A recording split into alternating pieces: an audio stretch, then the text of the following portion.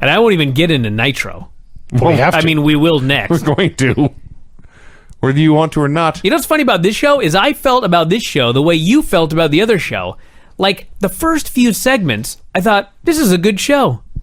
And boy, did it nosedive off the cliff. Turned into a wretched program. Sickened me to the core. I don't know where they got a lot of these guys in the pairings of match. Oh my God. So you were on my Twitter? Whoever the fucker was that put the matches together for this Nitro, I hope he never worked in this business again. When you look at the matchups on the show, let me remind you all, okay?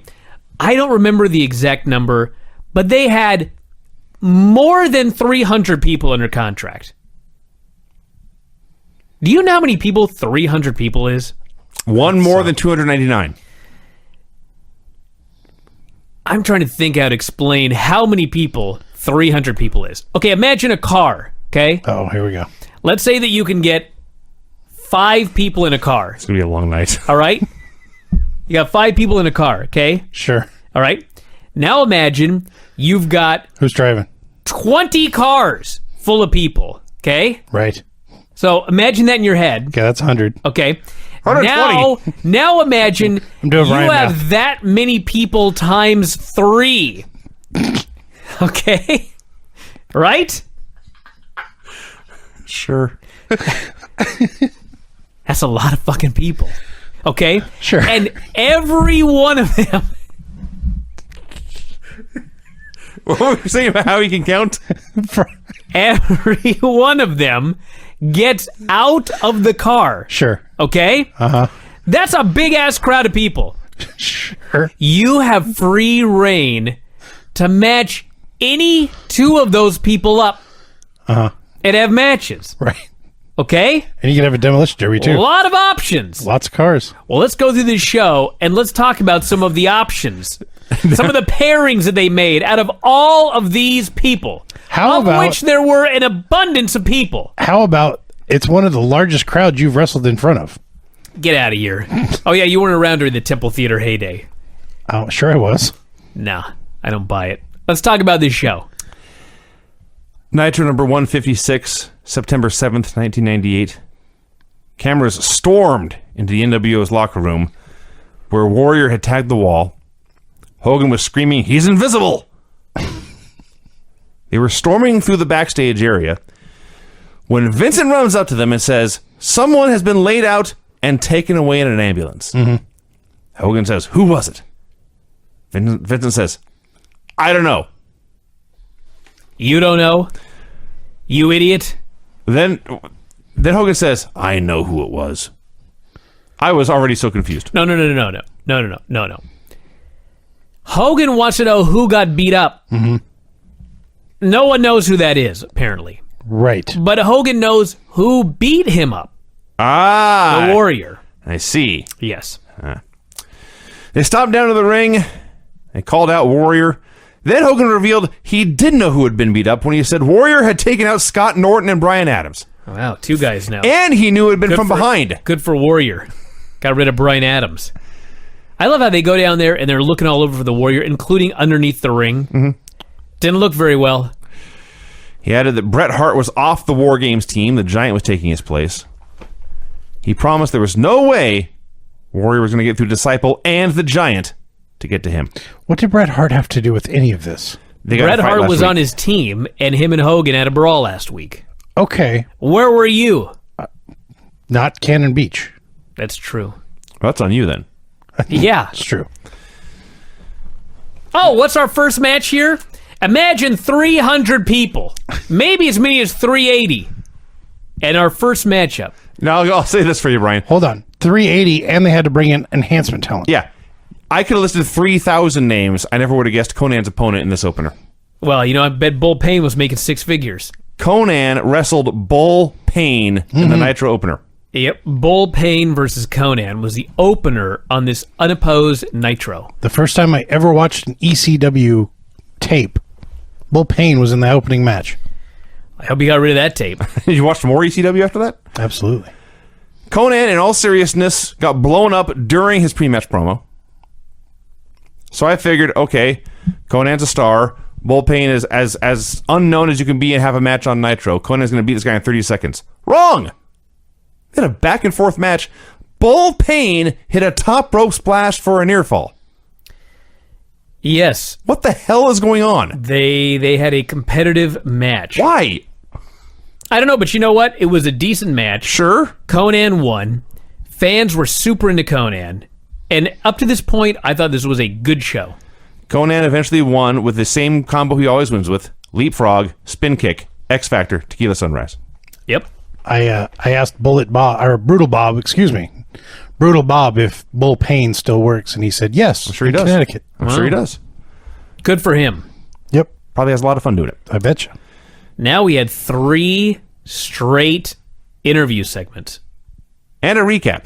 Not Does that count? like an interview and then a match and then an interview and a match. We had Gene Okerlund 3 straight times with 3 different guys. So first there was a recap of the Bret Hart Hulk Hogan drama from last week. Me and Gene interviewed J.J. Dillon. He said he had been there when the contracts were signed. Hogan and Bischoff did not have the authority to make a replacement in War Games. Thus, the Giant was not in the match. Bret Hart would be. Wow. Laying down the law. Go to commercial. They come back. Me and Gene brings out DDP for a promo. Gene asked Paige, "Are you going to join the Wolfpack?" And everyone cheered because the Wolfpack is cool and WCW sucks. This was so bizarre because DDP was supposed to be a top babyface, but the storyline is he's not going to join the Wolfpack because he doesn't trust him. Mm-hmm. So he turned himself heel. I don't know if he meant to, but that's what happened. He didn't mean to. That's the point. Yeah. Like the way this was booked, like he ended up turning himself heel. Yes. By turning down the Wolfpack and talking about how he didn't trust Kevin Nash. Yes. So Nash comes out. He said the Wolfpack was the elitist. Like elite, eliter, elitist. Yeah, the elitist. Yeah. He warned Paige that if they were not friends in War Games, they'd be enemies. Paige repeated he did not trust Nash. Out came Luger and Sting. Lex repeats the invitation to Paige, but he does it in the most insulting manner possible. You could try to recruit someone. So Paige turns him down. He adds, you guys know Kevin Nash would powerbomb either one of you in a heartbeat. So now it's Sting's turn to try. Sting's rebuttal to Paige's accusation is, Kevin Nash has already powerbombed me once, maybe twice. So there's no problem there. What? Well, they've been through it. Vinny, let's talk about the real problem here. There's many. You mentioned the line about how Nash would powerbomb either of them. What you are not missing is, this is what DDP said. He says, you know what War Games is all about. Nash would powerbomb either of you in a heartbeat. I realize that's what War Games is about this year, but that's not what War Games had ever been about, ever. This War Games is like 3 teams facing off against each other, but it's every man for himself. Why is it even War Games? I don't know. It's so stupid. Wait a minute. It's every man for himself, but there's teams? because whoever gets the win gets a championship match.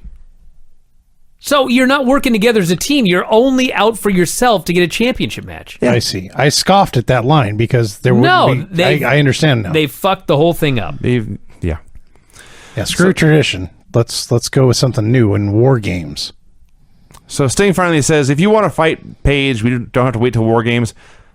You go find Roddy Piper to face any 2 of us Wolfpack dudes in a tag match tonight. Can't I get somebody good? Paige immediately accepts, but as they're leaving, Paige challenges Nash. Kevin Nash, the leader of the Wolfpack, make sure you make yourself a part of that match.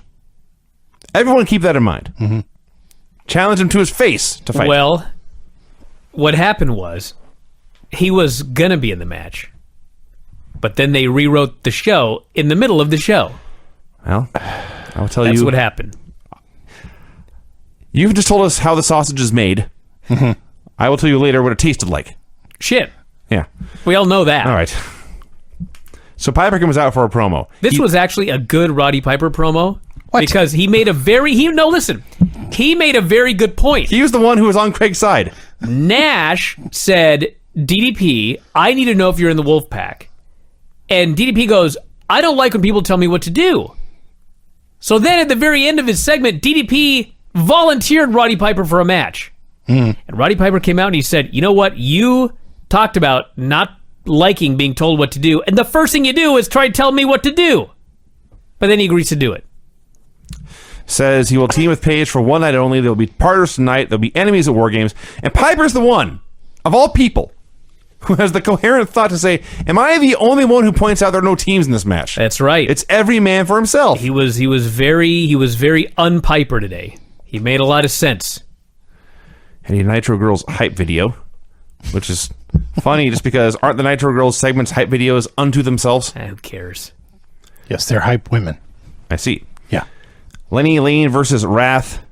Wrath squashed it for 2 minutes and won with a pump handle power slam. Cool. Thank you for not wasting a lot of time with this. Back in the locker room, Hogan and company found Disciple hung upside down from the ceiling. I loved this. Disciple is hung upside down by his legs. Sure. Like he's a bear that just got caught or something like that. The announcers, because he's upside down. Worst analogies ever. Now, have you ever seen when you catch a bear, you string him up by the legs? Tell me more about seen bear photos, catching. I've seen photos online of this because people Photoshop in Bigfoot. You don't believe me? You want me to find it? But anyway, point of this is that guy's hung upside down. Because he's upside down, the announcers can't figure out who it is. Right. The announcers, first off, before Tenay, the announcers say, it appears to be the Disciple. We think. Sure. We're not sure. He's fucking upside down. I missed that quote. They think it must have been the Warrior. Because you see, the Warrior symbol is painted all over the goddamn wall. Mm-hmm. And the guy's been strung up. Some great investigational. No, Craig. Oh, I'm sorry. Mike Tenay then notes, despite the graffiti and everything else, we have no proof that it was the Warrior. He's on to something. He is a man of facts. He was playing Dave. Perhaps Warrior has been framed. He could have been framed. Mike Tenay knew we did not have factual proof that Warrior did this. And he wanted the announcers to temper their commentary. It's very important. Bret Hart comes down to the ring. I don't know why. I don't know what his plans were. But he comes out. Then the NWO music plays. And Kurt Hennig, Stevie Ray, and Vincent come out. And then before anything can happen with any of these men, Sting runs down with his baseball bat. Everyone except Bret clears the ring. Bret goes to high-five him. Sting pushes him away with the bat, hands the bat to Bret, turns his back. Bret won't hit him. Sting walks away. So it's what Sting did for that year and a half he was on the sidelines where he was testing who he could trust. Yeah. Yep. And Bret passed the test. Oh, goody. Now, the funniest thing was, and maybe it's just me, Sting, when he was doing this before, when he was Crow Sting and mute, he was always very solemn, and he took this all very seriously. Wolfpack Sting is much more laid back. Yep. So he hands Bret the bat and turns around and slightly raises his shoulders. There's no attack, so he just shrugs and moseys on off. It's much more of a joke to Sting now. Gee, I wonder why. He learned his lesson about taking shit seriously. I guess so. A Rick Steiner promo package. This was awesome. This was the best interview Rick Steiner's ever done in his whole entire life. Thank you. Yeah, it was. Mainly because they had Rick do an interview talking into the camera, making all those points. He probably did about 20 takes. Oh, I don't know. He may have only needed one. And I suspect he did a lot, and they took the best of it and edited it all together with clips of his brother. So Rick's points were Scott had changed on the inside, and for what Scott had done to their parents, Rick was going to beat his ass. Scott has changed on the outside, too, by the way. That's true. He hoped Scott and Buff were having fun making fun of him, but someday the NWO would kick Scott out, and Rick would not be there when he came crying.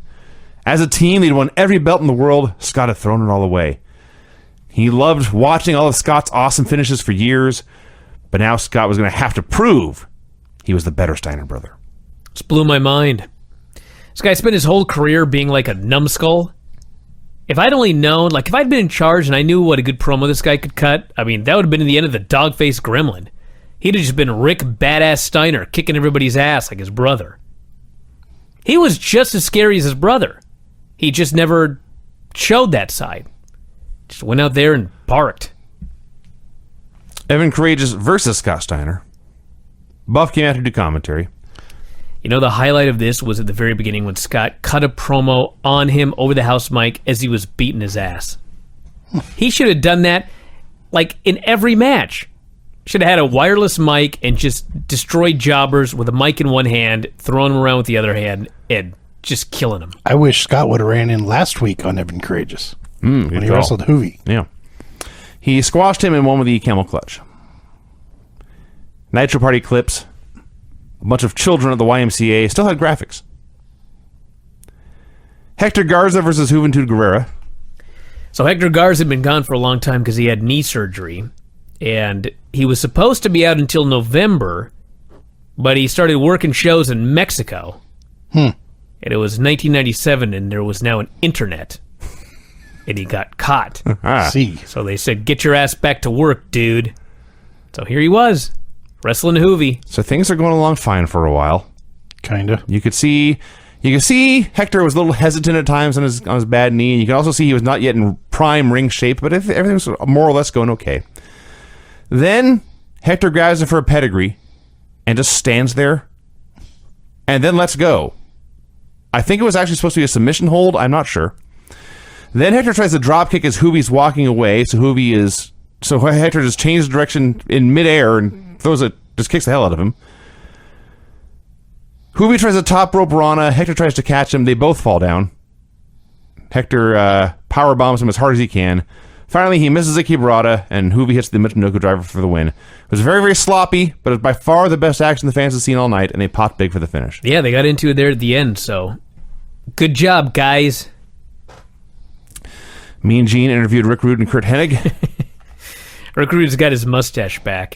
Thank God. He's kind of grown it a little bit down the sides, kind of like the beginning of a Hulk Hogan sort of mustache. It'd be way cooler. Just looks fucking awesome. So they're burying Art Anderson, and they're setting up Kurt Hennig versus Dean Malenko in a cage match. Cage match. Right. Like, they said it here, but I didn't realize it until the match started. That's actually what was happening. And so Kurt Hennig says, after I finish off Dean tonight, the entire world will know he's nothing more than a horse's ass. Rick Rude about it, Mean Gene. Nobody can pull off this fucking line. Nobody. But if anybody could come close, it is the combo of Kurt Hennig and Rick Rude. I love these dudes. They're the best. Now, why the cage match? Did I miss a bunch of TV? Fuck no, they're just doing it. Apparently there's a bunch of matches on Thunder where NWO guys had run in. Hey, they're adding Thunder to the network. Matches. No, yeah, they are. No, we are not watching. They're adding Thunder. Absolutely not. I'm putting my foot down. Craig, within 6 months, you're going to be begging to switch to Thunder. Trust me. Because it's only 2 hours. Oh, wait a minute. Now exactly.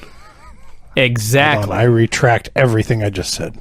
Now, see, one of these days we're going to go back and we'll review Heat and Thunder. Jeez. 19 years ago on Heat and Thunder. Can you imagine? Might as well get Saturday Night's Main Event in there, too. Maybe. No, I would enjoy that one. That's true. Most of that. You mean Shotgun Saturday Night? Yeah, there you go. Oh, yeah. Main Event. Superstars. Oh, let's talk about another great match that they actually put on television. Yes. Ernest Miller versus Chaos. No. Kenny Chaos. He's a singles wrestler. Kenny Chaos. The Cat versus Chaos. Kenny. Which actually I see in my house every day. Well, actually, as I used to refer to him in the newsletter, the Shat. Mm-hmm. This fucking guy. So the announcers say, I swear to God they said this. It's probably true. Ernest Miller has decided that he doesn't want to be a wrestler. Right. He wants to work to his strengths, which is martial arts. He's so much worse working to his strengths. When he first started and he was trying to be a professional wrestler that did a couple of kicks and such, he was 1,000 times better than he is after 2 years of experience. It's mind-blowing. This fucking guy sucks. And he gets worse every single week. This match sucked. Fans shit boring.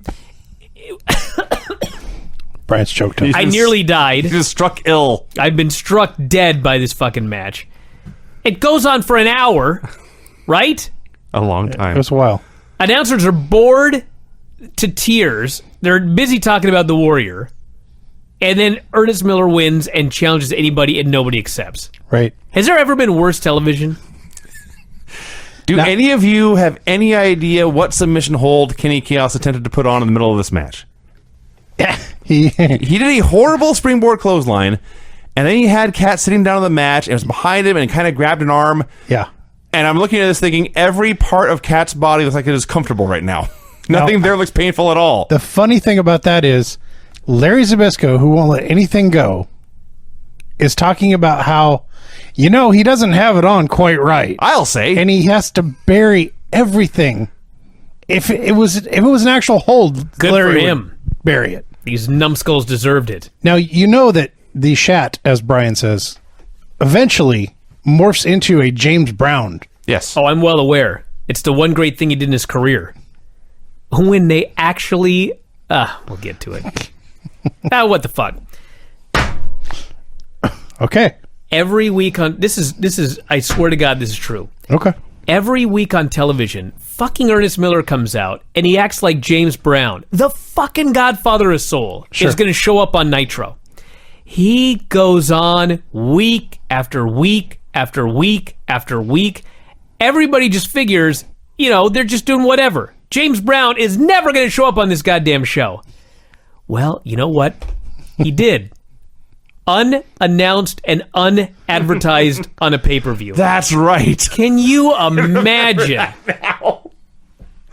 We were watching that at you still live in your parents' apartment in Bothell, and we're sitting on the couch, which is probably smaller than this couch here. Yep. And James Brown comes out on television. We fell Our off the... jaws fell open. Oh, my We stared at each other. What is happening? James Brown, the biggest star on this show, just made a cameo appearance. Unannounced, unadvertised cameo appearance. Well, back here on Nitro. Oh, my God. It was so bad. Chris Adams versus Stevie Ray. Very few men... Can we talk about the finish, by the way, of that last match really quickly? I thought we did. Yeah, No. we did. Oh, go ahead. Well, I mean, it was kick, but Chaos is on the outside. And here's the spot. You go for a springboard. I'll move. You just land on your feet, and I'll kick you. That's how it went. I'm sorry, dude. It was a terrible match. What do you want me to do? Dude. It was dirt awful. Horrible. There's very few men in this world who can pull off the shiny, all-white bodysuit, and Stevie Ray is not on the list. Stevie Ray versus Gentleman Chris Adams. It's terrible. Stevie Ray is like a negative of the rest of the NWO crew. Basically. Yeah. Because they all wear black with white trim. Right. So Stevie Ray comes out in all white with black trim. That's right. So, he squashed Adams in a boring manner. Adams made a comeback. Vincent distracted him. I did laugh. Stevie then hit a super kick and a pedigree for the win. He ripped off Shawn Michaels and Triple H's finishers. Well, he's been using the quote-unquote slapjack Yes. for a while. I wrote awful television. Had another Nitro Girls video. Oh, God. That was the first time, I believe, each woman was... I mean, the announcers have said their names before, but if you weren't, taking notes at home... I was taking notes. I still couldn't keep track of who was who. So the first time they put up each woman with her name on a graphic, confirming that Spice was the hottest. Whisper. Yes, he did. Saturn... Okay. The only good thing about this next segment was Raven wearing a Savatage t-shirt. Raven and a bunch of his lackeys come out. And I've lost all trace, all track, all concept of which of these guys like each other and which of these guys don't. So I start writing down what I think the match is 3 or 4 times, and they're all wrong. Is it a tag match? Is it a 3-way? I have no idea what's going on. Then Raven announces a match, but then changes it. It becomes Saturn versus Riggs. To make a long story short, that's the match. So Saturn's wrestling Riggs. Whoever is losing, Raven is berating them on the mic. This kills any and all heat the match might have had. Saturn eventually wins with a DVD. Raven is not satisfied. Because Saturn gave his word he would do whatever Lodi said, thus effectively whatever Raven said. So Raven says, Saturn, you must break this man's fingers or break your word. Saturn doesn't know what to do, so Raven gives me a third option. You can break your word, you can break this man's fingers, or let me break yours. So Saturn lets him break his fingers. Raven goes all Marty Skrull on him, and now Saturn has broken fingers going into his match with Raven at Fall Brawl in 6 days. So story here is that Saturn lost a match. He's got to do whatever load he wants. He's a military man. He's a man of honor, and so he's going to abide by his word. And Raven's a dick, and Raven's taking advantage of that. Raven's broken his fingers right before they have a match. The thing is, this has the potential to turn into like a really good storyline and angle. But it's Nitro. I have absolutely no faith in them doing that. And so I watched this whole thing and I did not give a shit. That's sad.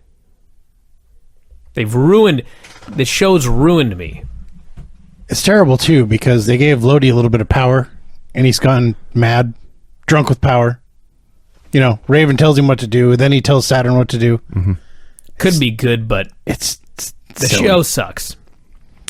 And then... Speaking of things that suck. Oh, my God. Okay, this is actually the match I was thinking of earlier. Was this like a stupid play off Montreal, or was Jim Neidhart just the worst wrestler in the history of the universe? I'll take the option latter.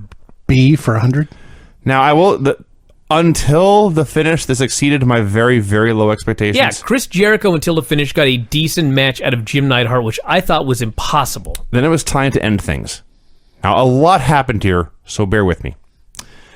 Actually, it was just one thing that went on for 9 hours and got fucked up the whole time. Jericho goes to the Boston Crab, but Jim Neidhart is not flexible enough to roll over onto his belly. He tried, and he tried, and he tried, and he tried. Finally, he gave up and rolled back over to his back. So now Jericho's still got his feet, and Neidhart's on his back. At this point, the ref calls for the bell. But no bell rings. Yeah, where was the bell ringer in this? So they keep going. Jericho tries to get the Boston Crab again. Neidhart sort of gets over onto his belly, but at the same time is reaching for the ropes. The ref calls for the bell. Jericho releases the hold, walks around the ring. The ref raises Jericho's hand. Then the bell rings.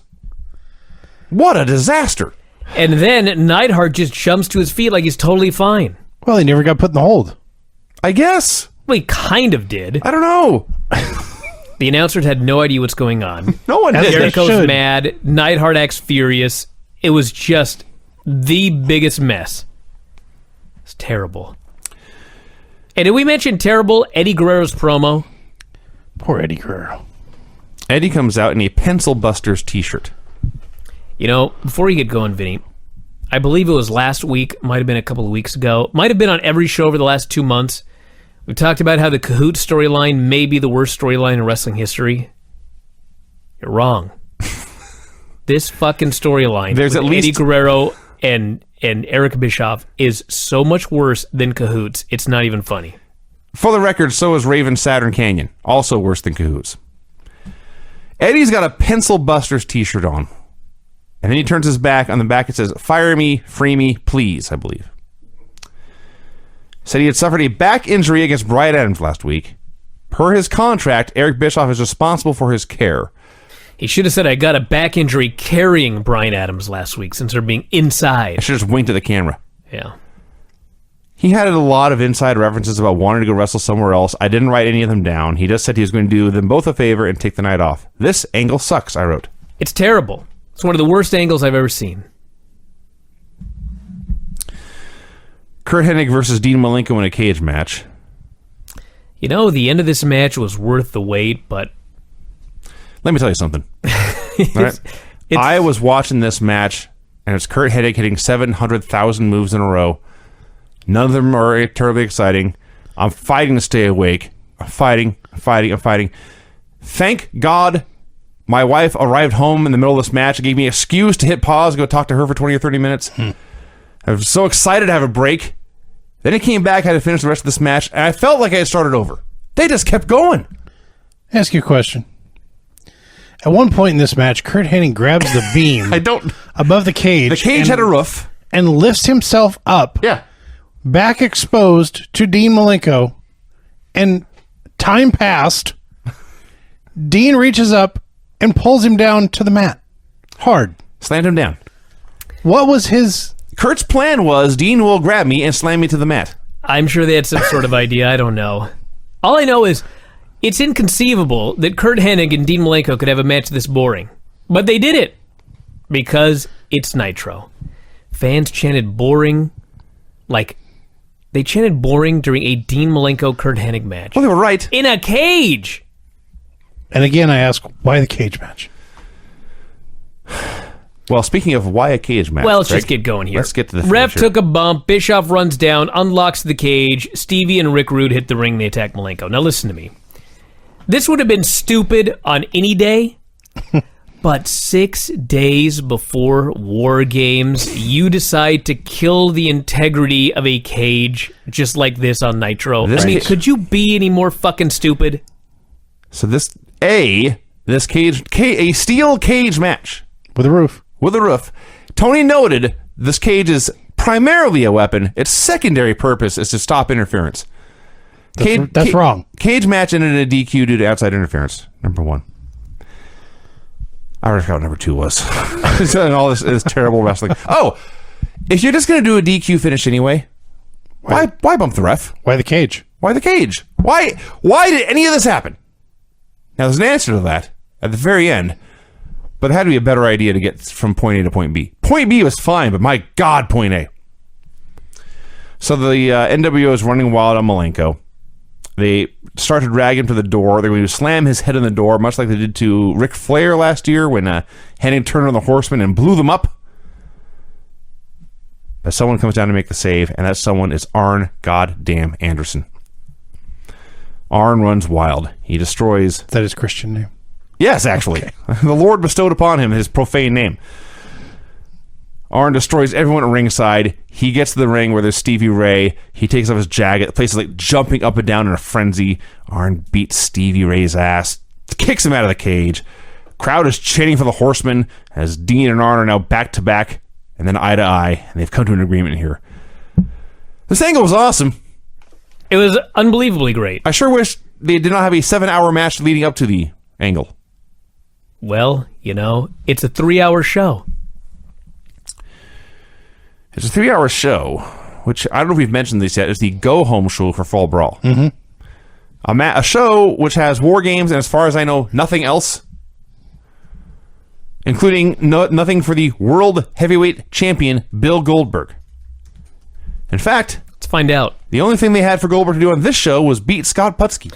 Yeah, but you know what? This was another unbelievably great squash match. It sure was. They go in there, and Scott Putski actually slips behind on a move. Actually, it's what they planned. Goldberg went for like a slam, and Yeah. But you see this in every match. The guy goes for a slam, and the opponent slips over, lands on his feet behind him, and does a kick, whatever. Goldberg This gave him came- a backdrop, basically. This came off like it was not the plan, but Goldberg threw him so high that he lost control of him, and Scott was fortunate to land on his feet and hit this move. That's what happened. It was awesome. Scott Putzi grabs him. He hits a suplex. Goldberg responds by not selling it, leaping to his feet, spearing and jackhammering this guy. It was so awesome. It was. Best thing on the show. Yes, it was. It was. A delight. I'm watching this. Everyone's on their feet. Everyone's going crazy. And I thought, this guy is unfuck-upable. Oh. Okay, so here's a quick update here. Okay. There were 9 matches at Fall Brawl. Yikes. British Bulldog and Jim Neidhart versus the Dancing Dildo. Ah. God. Jericho defeated a Goldberg impersonator. Ernest Miller beat Norman Smiley. Ooh. Oh, God. Rick Steiner and Scott Steiner go to that- a no contest. Okay, that's another match where they plugged. Hoovy beat Silver King. Saturn beat Raven. Malenko beat Hennig via DQ. Oh, God. Conan beat Scott Hall. What? Huh? And then the Team WCW versus Team NWO match, which we got to watch next week, by the way. Yay. Yeah, Fall Brawl, everybody. The last note on Goldberg before we move on. When I say he was unfuck-upable, he's celebrating afterwards. He's going crazy. He starts to shake the ropes like the Ultimate Warrior. He loses his grip on the ropes and starts to fall back on his ass. but he's Goldberg. He just rolls through backwards up to his feet like he meant to do it all the whole time. It was awesome. He's great. He's the best. He is the best wrestler of all time. It sucks because there's like 5 minutes of the show that I look forward to every week. As Goldberg? And it's 3 hours. Yeah. I got to talk about this next match. I don't know if anyone noticed it but me, but it's DDP and Roddy Piper versus Luger and Sting. Excuse me. Luger and Sting. Yeah. So Kevin Nash, the leader of the Wolfpack, backed out of a challenge. Yeah. That's right. He backed out of a fair fight. Just making sure. They changed their mind. So, in this match, Sting is running wild on Page, gets a hot tag. And they botch a spot, and it breaks down into just the clumsiest, ugliest four-way brawl you've ever seen. So in the middle of this brawl, there's 4 guys in the ring. And Piper and Luger are brawling in the middle of the ring. And Sting and DDP are over kind of a little bit by the corner. And I don't know what happened, but they run at each other. They do just the ugliest double clothesline of all time. Sting lands and is furious. And he's screaming, something motherfucker. Shit, I heard loudly. He's so mad. So then out comes Nash. And Nash runs down to the ring. He takes out Roddy Piper. DDP and Sting are still brawling. Sting is against the ropes, and DDP is trying to clothesline him out of the ring. I noticed this one. I didn't notice the first one. This is the other one. I'll go back. Yeah, so Sting does something. He goes over the top, and he starts screaming, shit, do something about that, motherfucker. I don't know what happened, but Sting was so mad. And then Nash kills DDP with a power bomb and just leaves him laying. I don't know what happened during this match. I've got to find out. Sting was so angry. I don't know if he was angry at DDP. I presume he was, because every time he was swearing, it was with a DDP spot. But man, this was just a disaster on live television. Well, I'm going to go back and watch that. I noticed the second blow-up at Page. Dude, watch the first one. When they do the double clothesline, that's the first time that Sting freaks out. Because I assumed that maybe Nash missed a cue, and that's why Sting was mad. No. Okay. It was something that happened before that. I'll have to go back and check. Now, I'm very curious about this now. So let's talk more about Nash. After refusing to answer Page's challenge like a bitch, Nash lets these guys fight, comes out, attacks Roddy Piper from behind. Throws him into the post. I thought the Wolfpack was like the anti-heroes, or maybe just the cool kids. They were not WCW, but they were clearly getting the biggest baby faces in the show. And they are clearly they had not been breaking rules in a long time, at least not like this. Nash backs out of a fight, jumps Piper from behind, jumps Page from behind, leaves them all laying. All I can think was, who would cheer this guy? I know he wants to be cheered, but who would cheer him right now? Well, when you think about it, a pack of wolves, when they see a bunch of deer, they pick out the sick and the elderly. So Piper and Page. Right. Okay. Dude, I don't know what's going on. Yeah, that was the match. That was the main event. Then I realized there's 8 minutes of TV time left. Oh, yeah, we got a big angle. This show at this point just kept going. It wouldn't stop. The NWO music plays. Nothing happens for a while. Finally, Hogan and Giant appear. Hogan dares Warrior to come out. He calls for the cage to be lowered. Hogan has a deal, he says. We've looked around. We know Warrior's not under this ring. We've got the cage down here. The door is wide open. Warrior, come on down. You fight the Giant. Now, you'll never beat the Giant, but if you do, you'll prove you're worthy of a match against me. At this point, the ring begins to fill with smoke. When the smoke clears, much like Seattle. I was going to say it's like Seattle. But you know what's weird about this noxious smoke? The Ultimate Warrior appears at it? Well, it doesn't affect Hogan. Warrior magically appears. It does not affect him. Or Hogan. It does not affect Hogan, but it puts the Giant to sleep. Right. Well, I assume we're supposed to believe that somewhere in the smoke, Warrior hit Giant with a chair. Maybe, but I mean, he was just nonchalantly sitting in that chair. Last week, it didn't affect Hogan either, and there was a bunch of bodies laying in the Yeah. It's magic smoke. I honestly believe, we're supposed to believe the Ultimate Warrior is in fact the Flash, and is moving at the speed of light, killing men when the smoke I think hits. it's magic noxious smoke. I can't prove you're wrong.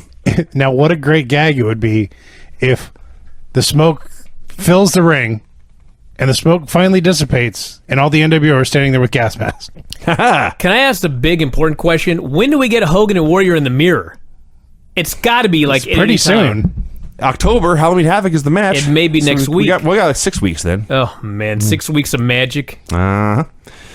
So Hogan is in the cage with Warrior. Bischoff comes running out and does nothing.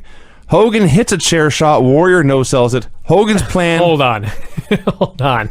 Do not step over this Geek of the Week showing here.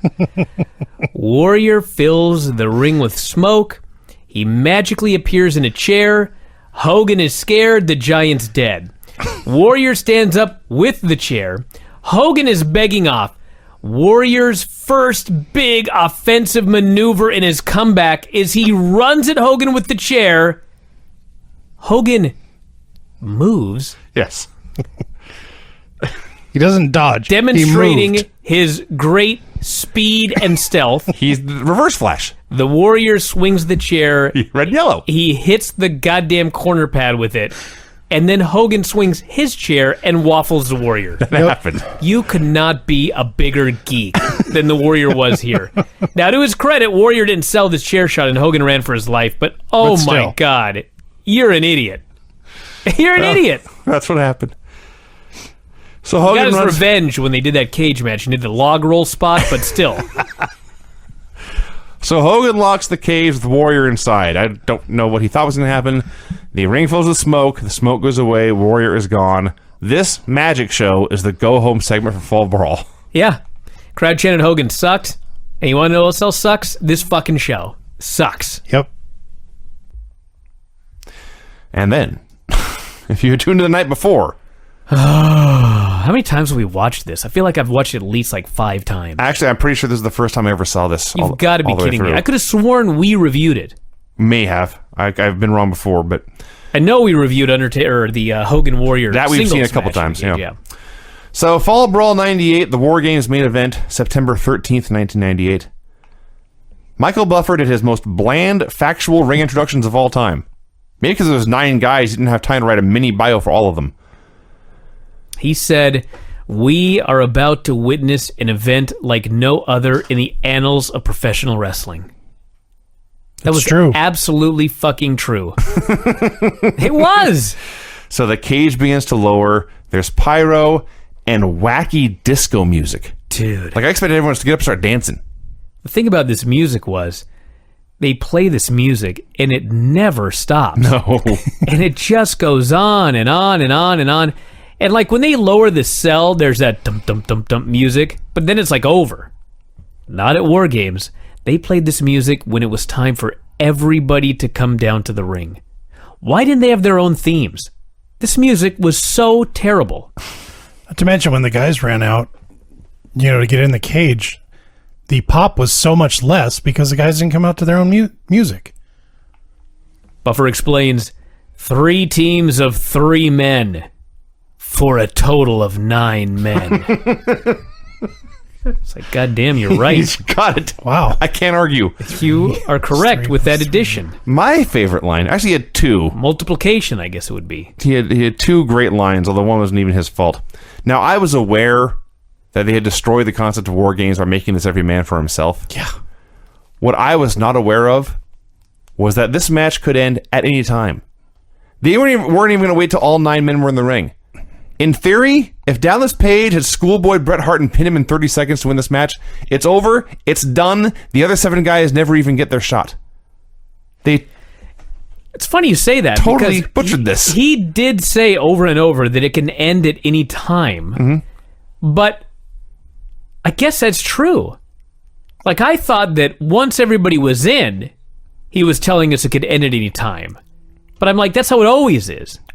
Yeah. How weird that it can end at any time. Now that you mention it. Well, that was the thing back in the day when all the guys were in there. They'd all be War in Games first. Would change to the match beyond. Yes, the match beyond, because that's when the match starts.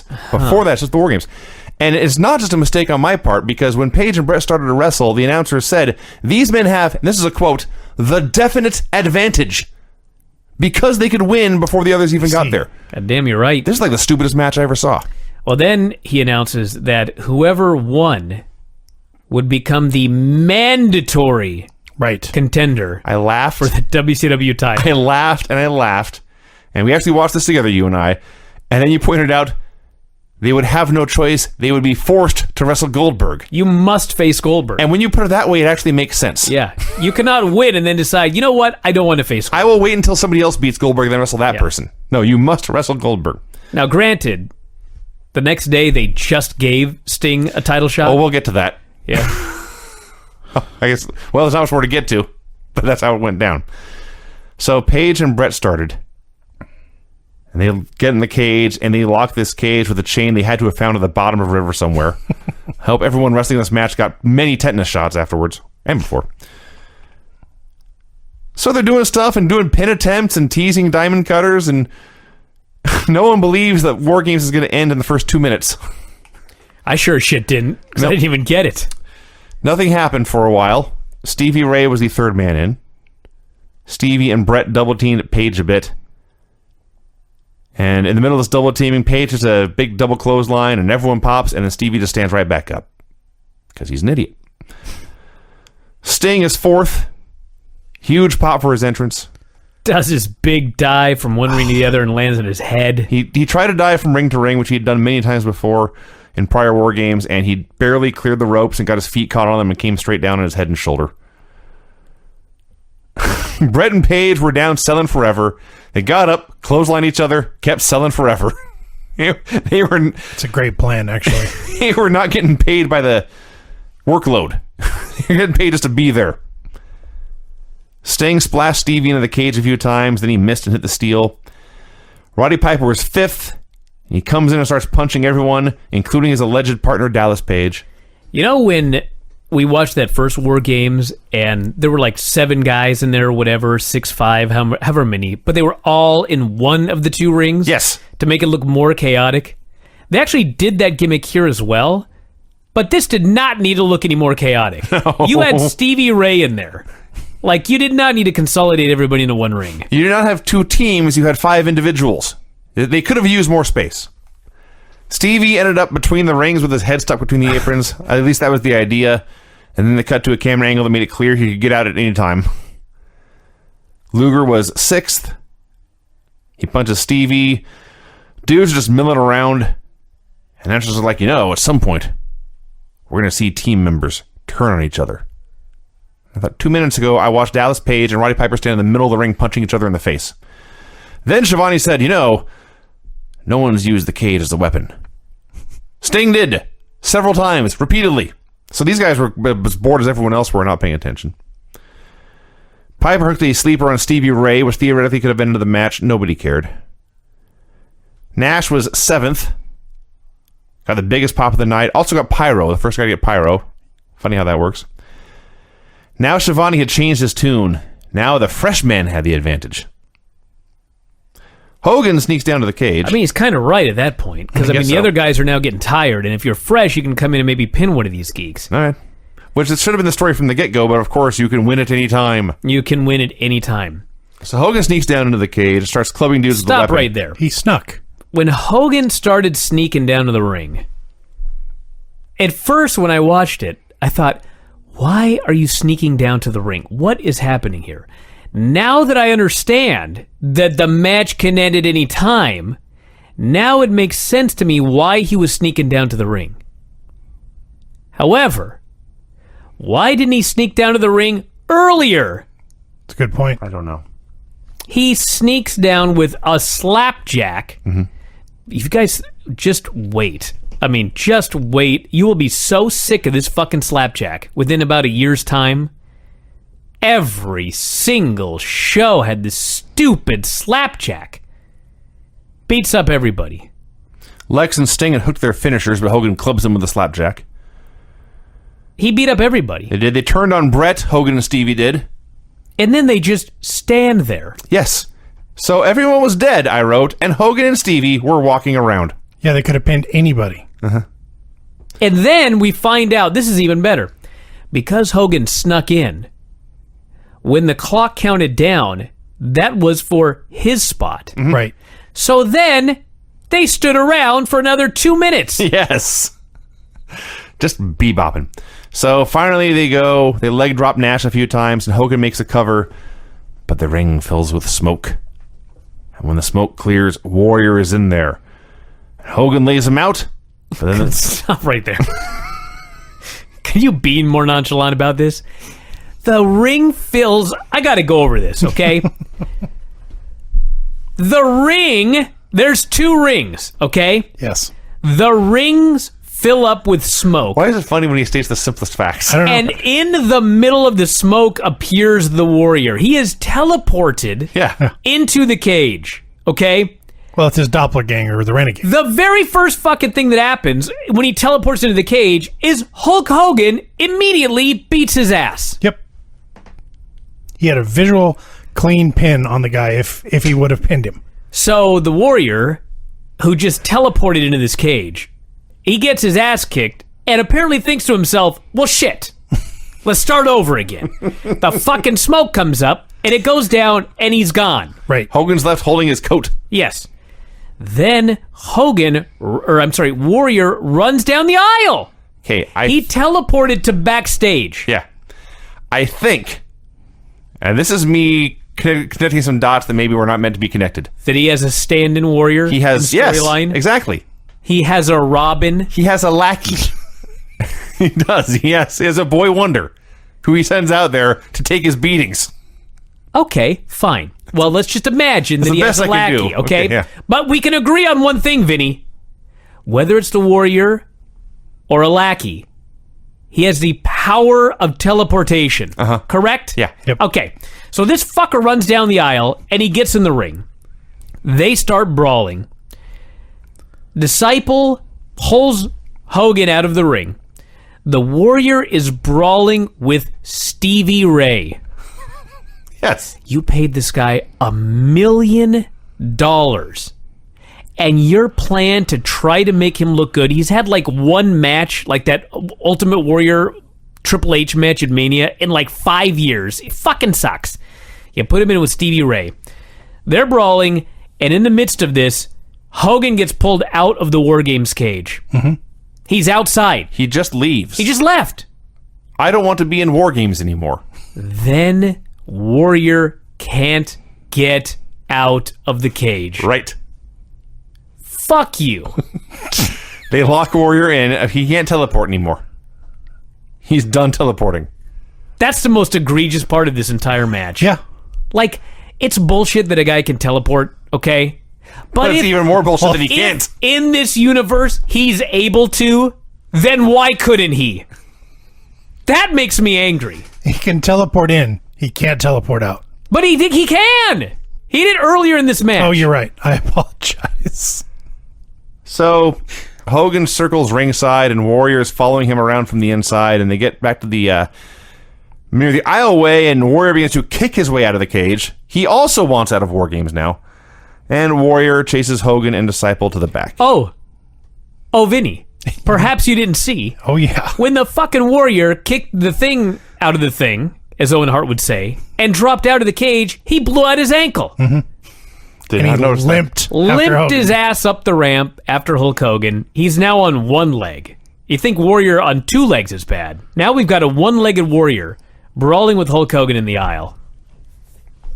So they're all gone. Immediately, well, I don't know what happened. Stevie's got a slapjack.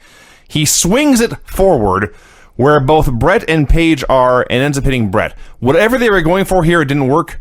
I don't know if this is supposed to look like an accident. I don't know if it was supposed to look like Bret pushed Paige out of the way and took the bullet. I don't know.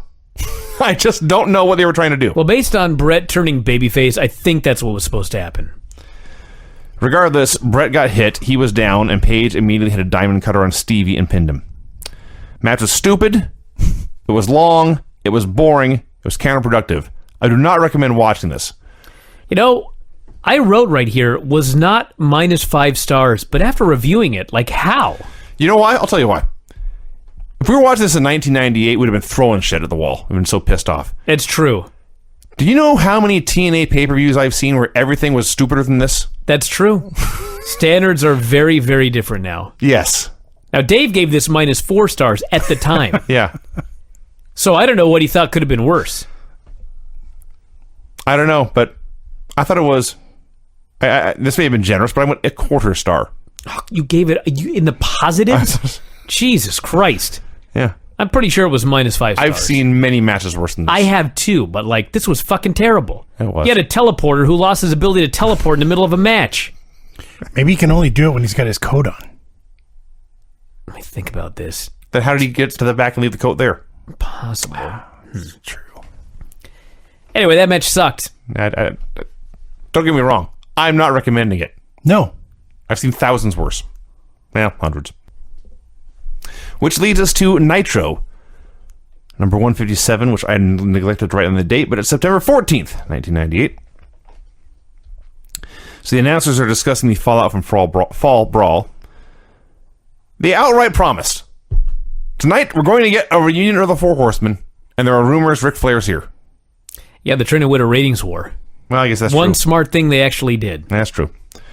Thunderous We Want Flair chants here in this South Carolina building. Greenville, South Carolina. This was a legendary show. Oh, it was. Although the only thing I remember is the Ric Flair stuff. Yeah. So they go live to the airport where Mike Tenay is there. Tenay says, I just saw this limo pull away from this airplane. He attempted to interview the limousine. The limousine had nothing to say. So Mike Tenay goes dashing across the airport tarmac. He would have been shot today. To interview. I just like watching him run. This was almost exactly 3 years before 9/11. Yeah. And it's another lifetime. This fucking guy is running out on the tarmac. Like the doors of the Learjet are open. This crazy guy is like shoving electronic shit into the airplane. That's what happens. And they're like, can you please move out of the way? We're about to take off right here. Yeah. They had no comment about whether Ric Flair had been there and told him to get the fuck out of there. Had clips from Thunder. Oh my God. So awesome. Oh yeah? So now what interview? You want to watch Thunder now? No. Say no, Vince. Oh, no, I don't. But this 40-second clip I enjoyed. So Shivani is there to do a big interview. Of all the stars, how many guys do you say on the roster? 300? It's got to be like 380. They're about... Okay, 380. There's about 360 Don't you remember his analogy from last week? who can do better promos than Scott and Steve Armstrong. Yep. Armstrong Brothers 3 and 4. So the cat immediately interrupts, says he deserves this TV time to tell everyone how great he is.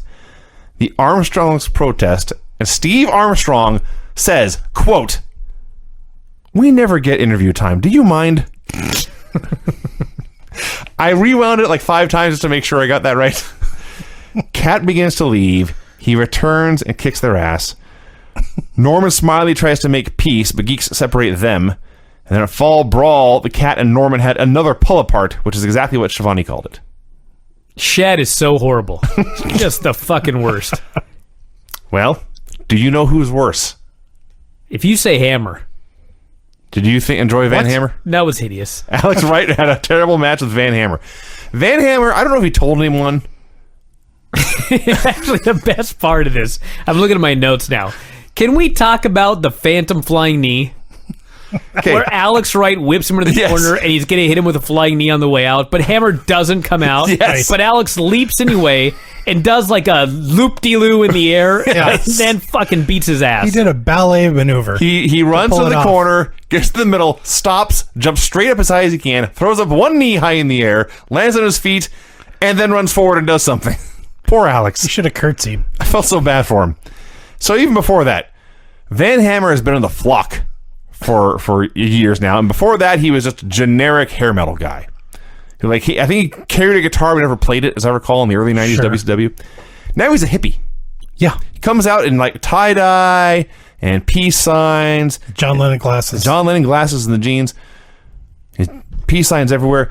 And apparently he never told anyone else he was going to do this because they're still playing the generic angry 90s metal song behind him. Such shit. He looked into the camera and compared himself to Jimi Hendrix. This fucking match. And again, it was the opener. Yeah. How many horrible matches have opened Nitro in the last month? Like every single solitary week we open with a terrible match. Maybe no one told them that the opener is the second most important match in the show. because it sets the tone.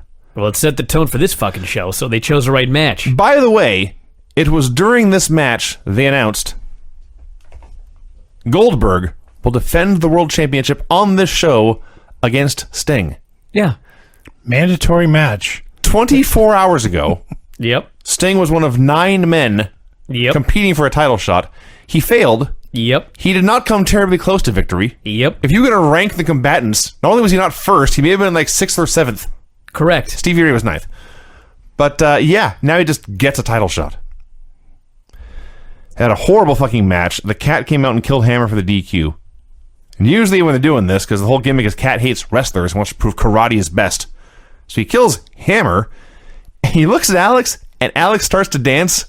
I'm thinking, okay, spin kick's coming. And then Alex turns, and he walks away, and that's the end. That's not the end. Oh, there's more. I'm sorry. Yeah. Miller cut this stupid promo about how he's the greatest. He's the baddest guy in the world. Nobody can beat him.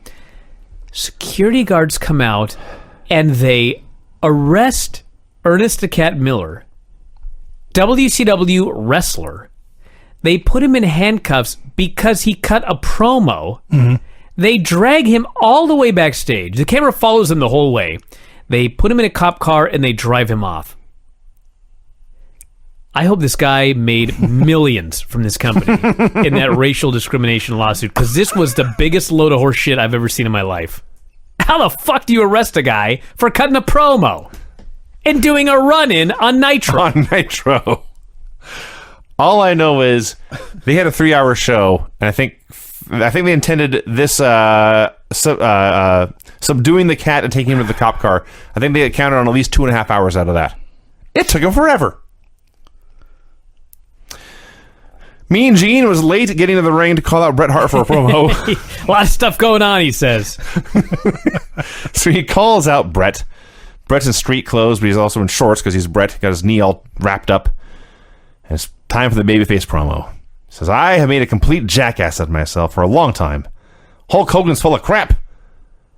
Hogan and Stevie Ray, they tried to take me out, and I guess they succeeded because doctors say I won't wrestle again for a long time. Holds up his belt and says, I never won this U.S. title. I don't deserve it. So I'm going to be out for a while, but I'm going to be back, and I'm going to make Hogan's life a living hell. What's funny about this babyface promo is I didn't buy a word he said. I actually think this was a legitimate attempt to turn him babyface, but they have done such a terrible job with Bret Hart. I just didn't buy a word of it. I thought it was just some bullshit angle. So Roddy Piper comes out. Says Bret has been a jerk. He's been breaking his parents' hearts. But he's not the first man to get conned by Hulk Hogan. And Stu would be proud to see Bret speaking the truth right now. Keeps talking about Stu in past tense like he's dead. Was he? No. Oh. He was alive and well. I was watching this promo going, what's going on here? Well, maybe he just doesn't watch Nitro. Or maybe just Roddy's so out of it, he just assumed. Yeah. Yeah, some guy on Twitter loved this promo, and I will admit, like, Roddy had great delivery, but what the fuck was he talking about? I've seen many Roddy Piper promos less coherent than this. That's true. Yeah. This was a 5 on a scale of 1 to 10 in terms of being coherent. He challenged Bret to prove what he was made of, and he left. And Bret mumbled something about not knowing where he'd go from here. He just wanted one more chance. Yeah. Next up, there's a video package for the Saturn versus Raven match at Fall Brawl. They have clips. Tony Schiavone is going through everything that happened in the match. He finishes, and I sat there going, what the fuck happened in that match? I have no idea. You just recapped the whole thing. I have no idea what happened in that match. All I know is the flock has been freed. Freed, you say? That's it. I was unaware that they wanted to be free. Well, we don't know. I thought they all chose. We don't know. I thought they all chose to follow Raven of their own free will. Later on, and this is a really dumb thing too. Saturn's on the outs with Raven, and they were both feuding with Canyon. Correct? Yeah. So Canyon joins Raven, and now Saturn's on the outs, and now the whole flock is free, but Canyon decides to stay with Raven. Yeah. I feel like I just watched that video package again. I have no idea what's going on. I have a headache that came up in the past 30 seconds. I apologize. was feeling fine. It's not really your fault. It's literally your fault. You wouldn't let it die. It's hard to wrap your head around things when nothing makes sense. Well, maybe you'll feel better when we talk about Saturn versus Kendall Windham. I laughed because you guys were talking about this on Sunday. Kendall being a horrible, horrible wrestler, and he shows up on my screen a mere hours later. Are you fucking kidding me that this happened? No. Like, Can you believe it? how the wrestling gods are powerful, let me tell you all. We live in a simulation. We're not even watching, like, it's not every week ago on the old WCW shows now, NWA shows now. Mm-hmm. There were a couple weeks back. They're still in August. We just happened to watch Kendall Windham versus Gladiator #1 in 1987, 48 hours before we have to watch Kendall Windham versus Saturn in 1998. He's gained some weight. Yeah, let's talk about the positives. He's heavier. He's thickened up. He looks He's exactly definitely better than he was on that NWA show. On the whole, if I'm being honest, he had improved in the decade plus. Yep. He looks exactly like his brother. He looked like a bald Barry Windham. Yeah. Now let's talk about the real issue with this match. It went forever. It went 10 minutes. That is a problem. You don't So say. bad. So let's talk about what this show opened with. It opened with Hammer versus Alex Wright. There's a fucking piece of paper backstage with matches on it. The first one says Hammer versus Alex Wright. The second one says Saturn versus Kendall Windham. And in parentheses, it says 10 minutes. What motherfucker put this show together? So They have 3 hours. all I could think during this 10 minutes is this company is in a life and death wrestling war. And I am watching this clumsy oaf do slow motion arm wringers on Perry Saturn. How about the big boot that missed by a mile? Oh, yeah. So How about the blatant low blow in front of the referee that wasn't a DQ? Kendall beats him up forever. It's better than 1987 Kendall, but it's so hideously dull. He does a back suplex with one foot on the middle rope and one on the bottom rope and falls at a funky angle and drops Saturn right on his shoulder. He's been on offense for seriously about 5 minutes straight. The thing about being on offense for 5 minutes straight is you can pace yourself. Not Kendall Windham. Kendall Windham got himself blown up by being on offense for 5 minutes straight. He goes to the middle rope for a diving elbow, only he can't jump because he's blown up, so he just falls down onto his arm. I think Saturn was making a comeback, but it was hard to tell because Kendall was so blown up he couldn't feed him for anything. Saturn picks up Kendall for a slam. Kendall's just dead weight in his arms. He slams him down. Saturn does his diving elbow. When you take a diving elbow, you kick your feet up, throw your arms up to sell the impact. Kendall Windham lied there like a dead man. Just down there. And He's on then fumes. he kicked out of the flying elbow. What? Saturn finally hit a DVD for the win. This is so much better than 1987 Kendall and still so dreadfully awful. I had forgotten. I always knew he was a poor, pale imitation of his brother. But I forgot just how truly awful he is. He may have surpassed Vladimir Pietrov as my most hated, worst wrestler who actually was a name.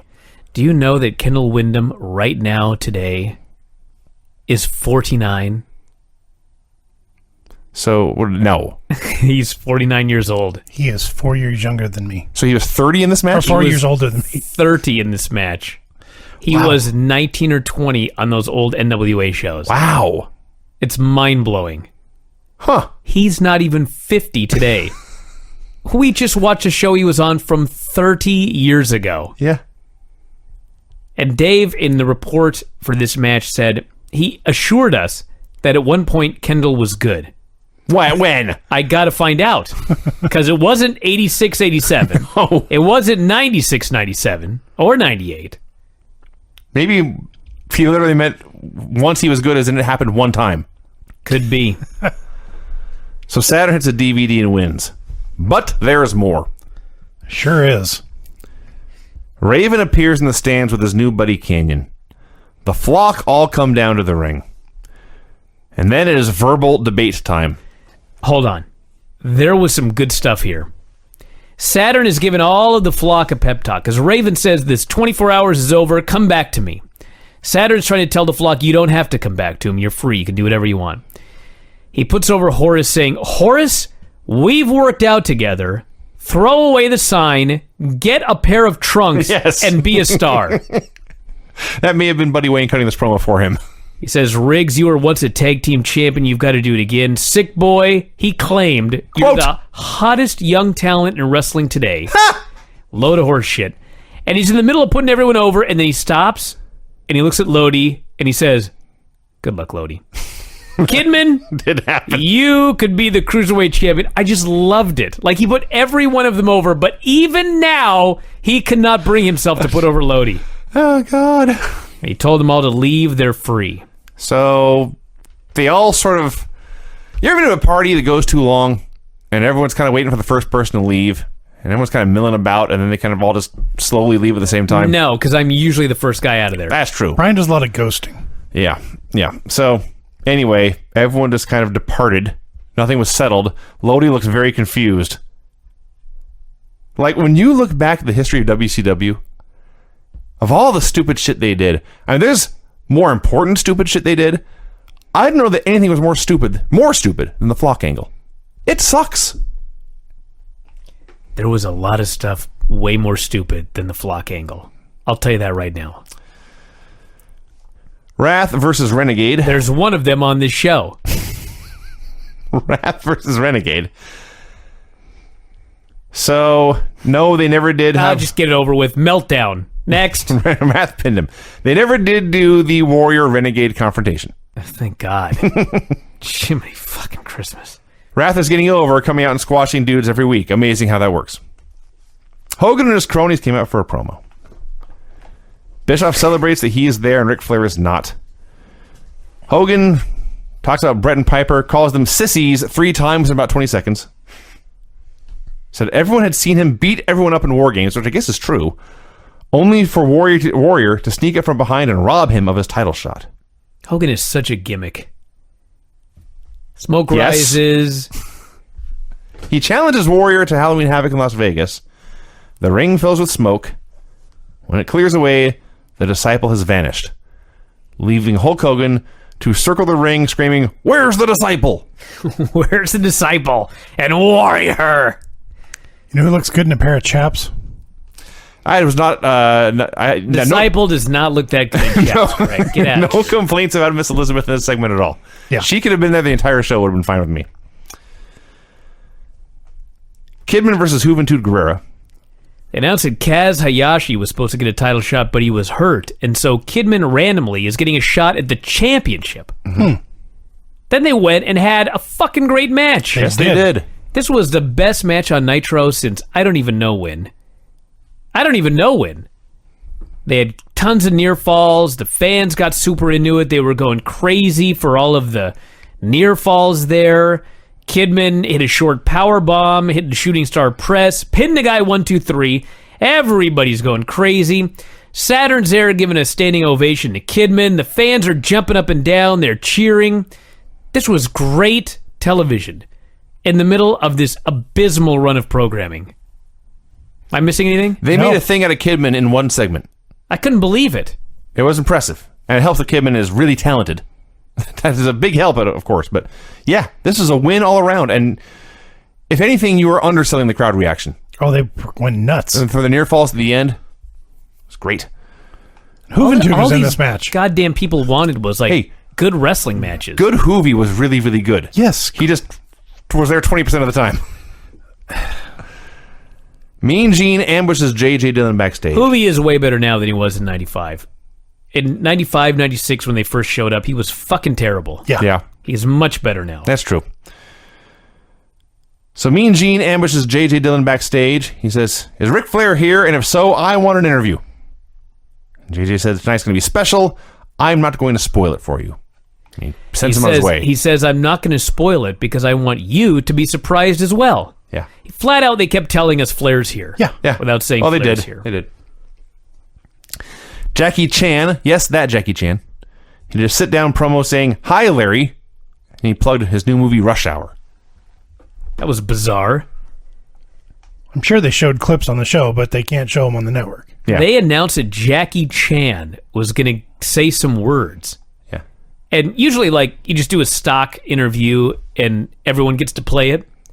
Jackie actually acknowledged Larry. It's crazy. I bet he did 50 of these for every morning show in America. I'm sure he did. Hi, Steve. Hi, Dave. Hi, Will. Hi, Larry. Maybe they only sent it out to people named Larry, and he only did one. If only we were making this movie in the 70s. One of the stupidest things I've ever seen. Oh, man. On the scale of stupidity with this angle, this was good. Bischoff and Eddie Guerrero are having a confrontation backstage. Bischoff's so mad at him, he's going to book him on a tour of Japan. Oh, no. He says, you don't want to be in WCW? Fine, you're going to New Japan Pro Wrestling. The announcers sold this angle by talking about how great it was to wrestle in Japan on big shows for big money. Well, they did then say it was not good to be away from Nitro for too long. yeah, they said, it's great to be in Japan, but the longer you're over there, the worse it is. And out of sight, out of mind, said Larry. And, I know what he was trying to say, but to me, if you're out of sight, out of mind on Nitro, that's a positive. Right. That's also a good point. This was like the story my grandmother told me when I was a child about Brer Rabbit and about please don't throw me in the briar patch. Please don't send me to New Japan. Yes, please don't send me to New Japan. Every time I go on Splash Mountain from now on, that's what I'm thinking of. Then Eddie told him what goes around comes around. Yeah. And that was prophetic. Yeah. I guess so. Oh, boy. Barbarian versus British Bulldog. All right, so the night before was the night where Davey Boy Smith fell on the trapdoor and hurt his back. So he came in here, and the idea was, work over my back. His back injury ended up being an infection, and then the infection almost killed him, and then he had a lot of issues as a result of this, and eventually he died. Mm-hmm. So this was kind of, I don't want to say this was the beginning of the end. No, it's fair. He had problems prior to this, but this was in a lot of ways the beginning of the end. This injury led to his painkiller addiction, which led to all sorts of bad things. So he's just out there like nothing's wrong, taking bumps like normal, getting slammed into the post. Barbarian was working the back. He was selling his back the whole time. Yep. Barbarian had a big ending in this match. Yeah, he did. Which is a move I never remember seeing until Big E did it. Nothing's new in this sport. So finally, Bulldog punches Jimmy Hart, hits a terrible power slam for the win, and walks up the aisle, grabbing his back in agony. This was so sad. I don't think he was selling. No. And it's time for the big angle. Excuse me, no, it's not. No. JJ was in the ring, but he come back later. So JJ, something happened with Scott Steiner and Buff Bagwell. I don't know, but they're booking a Steiner rematch at Halloween Havoc. My son walked in the room, saw Scott Steiner and Buff Bagwell. Steiner poses, and Cameron goes, "Man, that guy is buff." I said, "This is a Three Stooges routine right here." So as they're leaving, the lights begin to flicker, and there is loud cackling playing throughout the arena. Oh, no. Oh, no. I could not figure out what this was, and I was like, well, it ain't the Joker. Who the fuck? And I was thinking about it, and then I remembered Halloween Havoc is coming. Mm-hmm. Oh, my God. It's fucking Chucky. It's a doll. A goddamn doll. And if I recall correctly, the first day the doll shows up, it's over. The doll showed up. I think it's at the pay-per-view, so we can talk about it. The doll shows up, cuts a promo on Rick Steiner, plugs his movie, and is never seen again. Yeah. It was way more over than the gobbledygooker. Well, that's true. That was worse. The usual cringeworthy Nitro party clips. So Jim Neidhart comes out.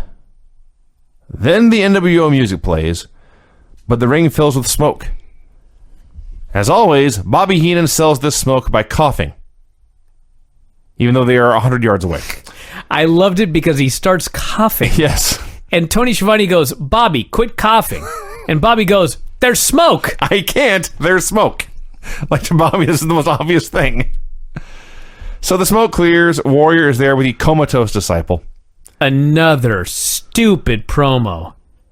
He brought up the OWN revolution. He doesn't tell us what OWN stands for. It's the One Warrior Nation.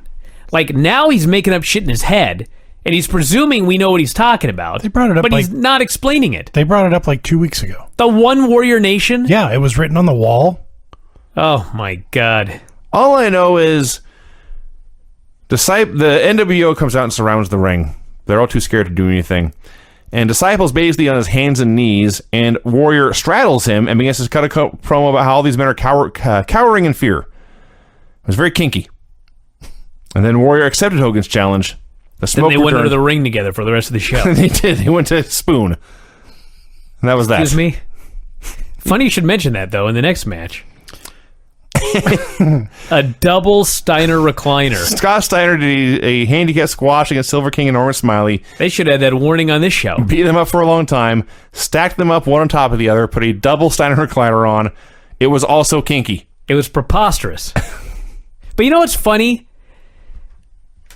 It never doesn't get over when you put two guys in one hold. Yeah.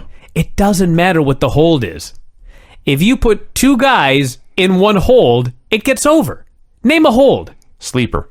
Put two guys in the sleeper at the same time, it's going to get over. Bear hug. Put two guys in a bear hug at the same time, it's going to get over. And it's a party. Dude, we've seen... Who was it that tried the double... it was like the double Boston Crab. Didn't we see that? I'm sure we've at seen some this. point I have. It got over. It's stupid. Two guys in a move works. Remember that. Easy pop. You may all update your Tinder profiles now. Oh, let's see. More clips from Thunder. Oh my God, this was great. So, it was bizarre. Bischoff is doing this promo with Arn, and I actually skipped through the first part of this so I didn't see Arn choking him. And I'm watching it going, why is Bischoff just choking repeatedly on the air on Thunder? So I had to rewind it. So he got choked. But then Eric is trying to say benevolent. And the funny thing is, he actually says it right once. Yep. And then he just can't say it again. Malevolent.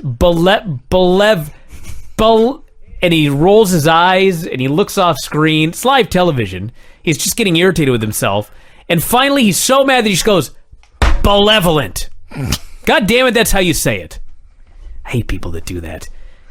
Then challenges Arn to a left-handed arm wrestling match. Yes. Because Arn has a bad left arm. He says, if you ever want to see Ric Flair wrestle in WCW again, you'll have to defeat me in a left-armed arm wrestling match. And Arn immediately accepted. And they clarified, because this is very confusing, even by WCW standards.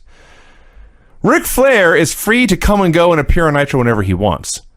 But if he wants to wrestle in a match, his buddy Arn must defeat Eric in this arm wrestling match first. So those are the stakes. Who wants to start? Let's talk about the greatest match of all time. This was better than Kidman and Hoovy. Much. Yes. Much. Shorter. Giant versus Ming. And it was so bizarre because Giant's like a guy. He's like an NWO guy, and he's always in angles, and he's always in storylines. But tonight he was in a sumo match with Ming. And they go out there, and they just start fucking clubbering each other. Yes. Do you remember the Don Fry Takayama match in Pride? Yeah, This was two Takayamas, just one was really big. basically. That's fair. And they were going at such a hard pace that the Giant, who was a smoker, mind you, did not always have the best cardio, he is fucking completely, absolutely blown up. Meng is not blown up. No. Meng keeps coming at this guy. Giant has this look on his face. He has his look on his face like a big guy who, for the first time in his life, is like in a fight. Yes. And he's like, shit. I know that feeling. This is fucking hard. So amazing.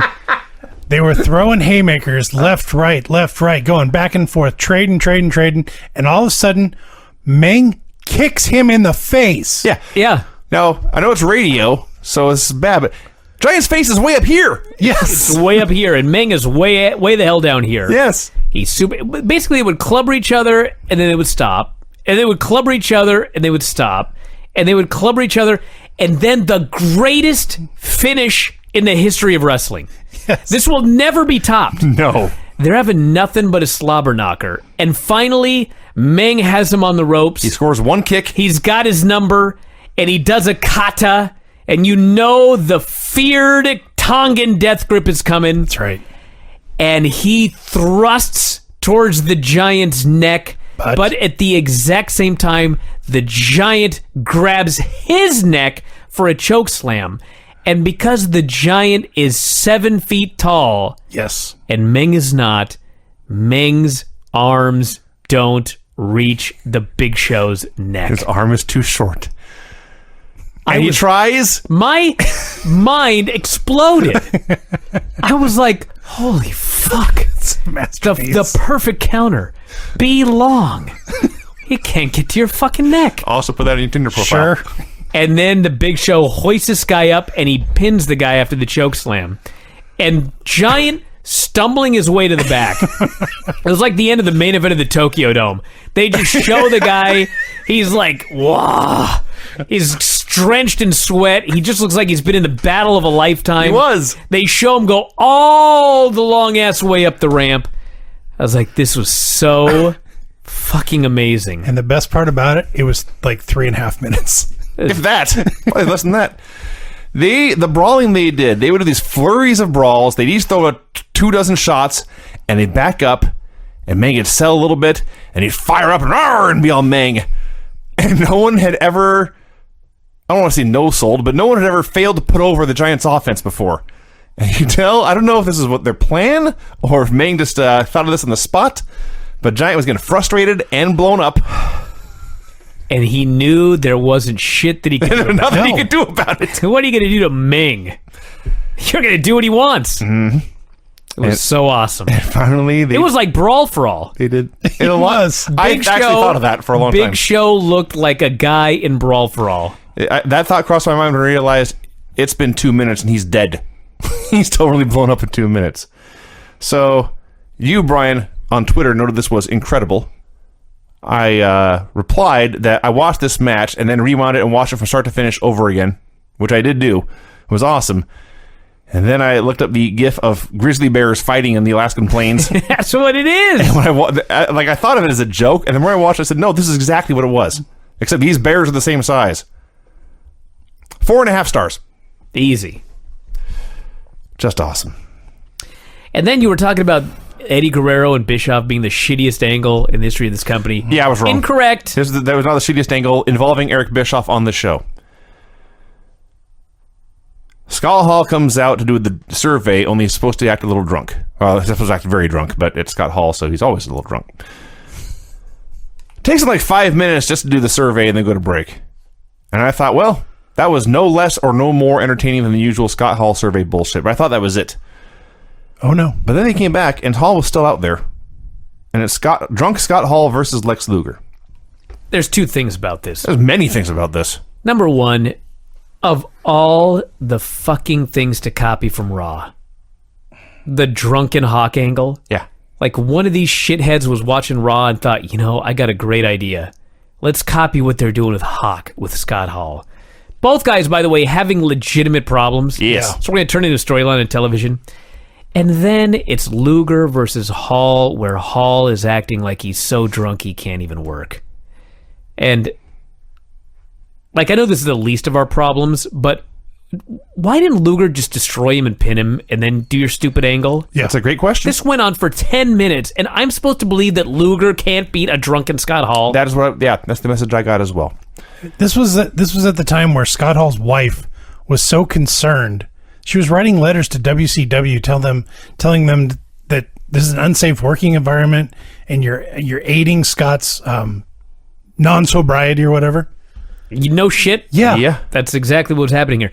1 year after the Christmas show, I got absolutely sloshed, and then I had Whitney or whoever drive me to the dojo, and I rolled when I was drunk.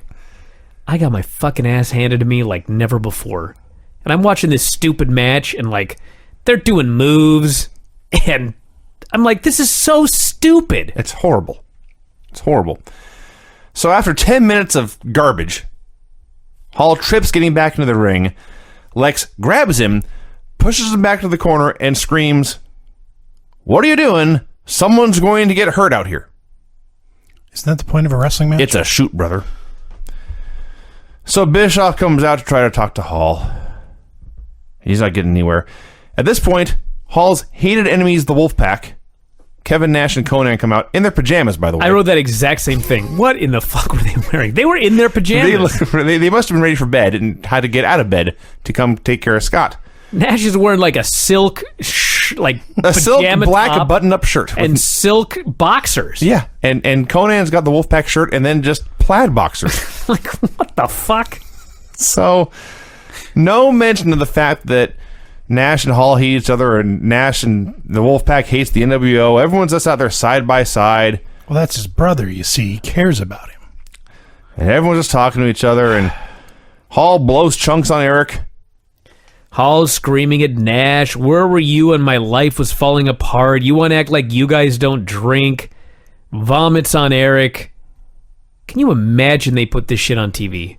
This was terrible. Can you imagine they put this on TV, bookmarked, or whatever you want to call it, bookended with the Ric Flair return? That is astonishing. Has there ever, this is a goddamn serious question for everybody listening, has there ever been a segment so bad followed by a segment so good? I don't think there has. It'd be very hard. Because the Flair thing was one of the greatest segments ever, and the Hall thing was one of the worst segments ever. I can't imagine there being another show in history with two segments like this back to back. So JJ comes out in his tuxedo. And the announcers ask, can this be the reformation of the Four Horsemen?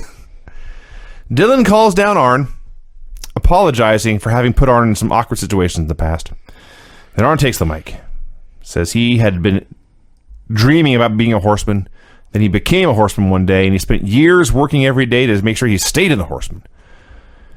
And then one day, he had surgery, and when he woke up, as he put it, Arn Anderson, the wrestler, was dead. Crowd begins to demand Flair. Arn promises everyone will get what they want tonight, including Eric Bischoff. Brings out Mongo, Benoit, and Malenko, who are all wearing tuxedos and looking terribly uncomfortable. I don't think any one of them have ever put a tuxedo on before. Arn goes to them one by one, says, Benoit, there's no finer wrestler in the land. You will carry the horseman tradition through 2000 and beyond.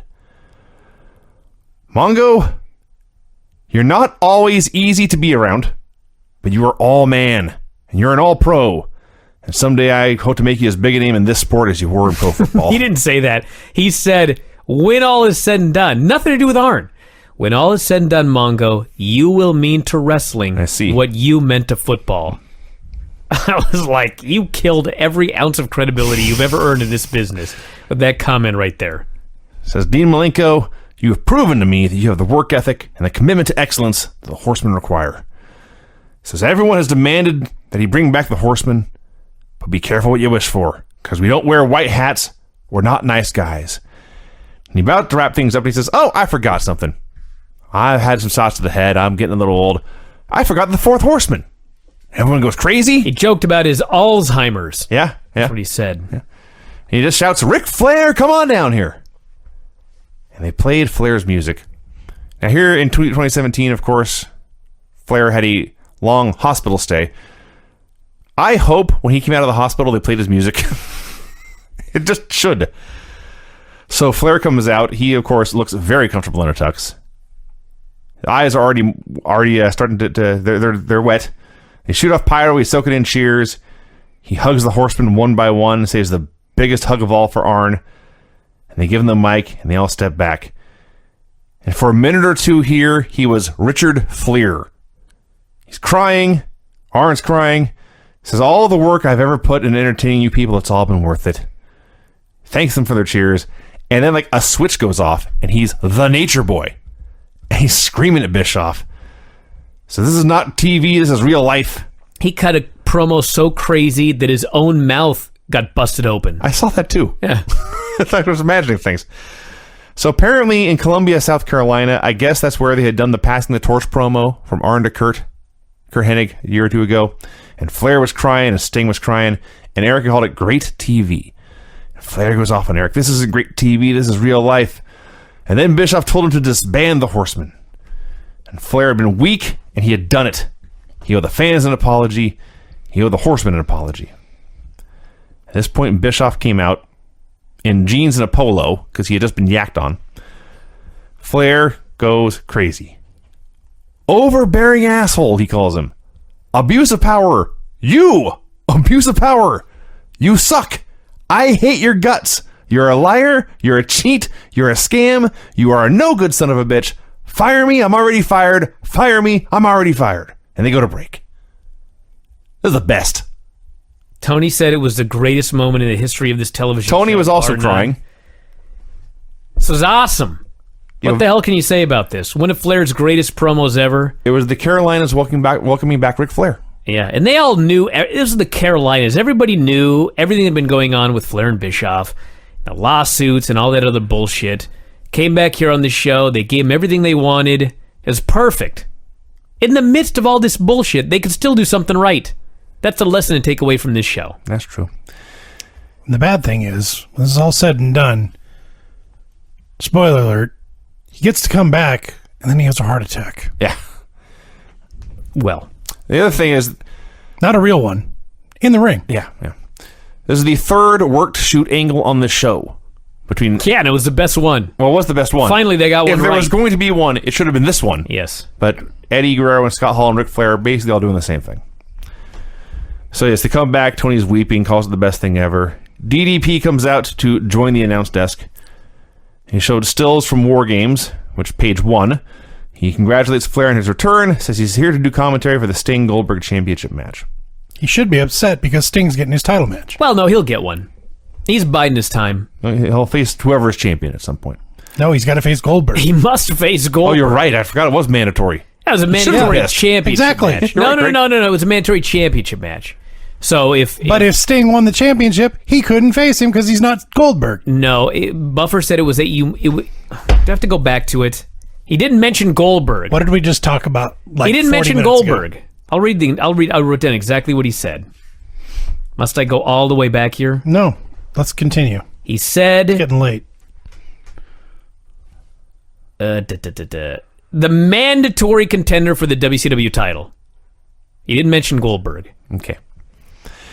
Don't look at me. Yell at Michael Buffer. Must always be right. No, I must be accurate. No, you must be right Well, I am right, but I'm also being accurate. in this case. Anyway, We good? I think No, so. I'm still bad. Go ahead. I'm good. Sting versus Goldberg. No one sat down for this match. This Why would was you? the hottest star in wrestling against WCW's franchise. I kind of couldn't believe... I still can't believe. This is on Nitro with no build. This is not a pay-per-view main event, Goldberg and Sting. It was just randomly done for no reason. So much like Raw, it was a veteran pro wrestler against a very green man, but they were very different matches. Oh, yeah. Sting was so incredibly unselfish here. It's true. He did everything he could to make Goldberg look like an unstoppable monster. Sold everything. Hardly ever got any offense. When he did hit a move, Goldberg would pop back up to his feet and Sting would bail in frustration. You're right, Vinny, but what was the finish? They go to the finish. Sting finally gets a flurry of offense, a bunch of stinger splashes. Goldberg misses a spear. Sting goes to the Scorpion, and here things did fall apart. That's true. Boy, did they ever. Sting did a one-man Scorpion, which is not as popular as a two-man Scorpion. But maybe more difficult. It was with this guy. Sting also busted out a tombstone pile driver. He did. He dropped him on his head with a tombstone. So Sting goes for the Scorpion, and Goldberg is in it, and he's refusing to quit, but the story is he's trapped. He cannot get out. Mm-hmm. He cannot reach to the left and just grab the goddamn ropes. Yeah. He's absolutely... There's no hope for the man. It was like 14 and a half inches away from him. Hogan comes down to the ring and jumps inside and boots Sting in the head. Somehow the referee does not see Hulk Hogan getting in the ring and kicking Sting in the head. He's very sneaky. He's very sneaky. He used a teleporter. Knocks the guy down, and then Goldberg hits the spear and the jackhammer, gets the pin. Now, I do not remember this. And I don't know why, because like you could hear the wind go out of the sails of the crowd when the end of the match was Goldberg. Goldberg had been beaten by Sting. And he was saved by Hulk Hogan. Had Hulk Hogan not been there, Sting would be the world champion right now. That's the story they told here. And I felt like it totally took the edge off Goldberg. I thought it hurt his aura. I thought the crowd, like from that point forward, the crowd was so hot for this match. And after they did that thing with Hogan, like they were quiet and they never came back. I was shocked. Well, it's WCW. There's a reason they're dead. This was the first time they really dropped the ball on Goldberg. Mm-hmm. So, who should make the save? Not anyone in Sting's buddies in the Wolfpack, but Bret Hart. On one leg. Limps down, chases Hogan away with his one leg. Hart tells Goldberg what happened. The two of them tend to sting, and that's it. Hey, this is still a pretty good show, too, on the whole. Yeah. This was a hit and miss show. That's fair. I would go as far as to say that, but Nitro, number 158, also September 21st, 1998. Wow, another show where we didn't get the advertised main event. It's almost like this happens all the time. Scott Hall showed up drunk. Before we get to that, do you know that this The year... show? Do you know that 1998, I believe it was, one of these years, I'm pretty sure it was 98, Scott Hall wrecked 6 cars. Wow. Because he had so many personal issues, and it was just one car crash after another. And so now it's an angle that he's fucked up and drunk, and his life is spiraling out of control, and he shows up at the building with a wrecked car. Mm-hmm. On the other show, you got Hawk, who has been taken away and bumped and messed up matches and this and that and the other thing, and he also had massive problems at the time.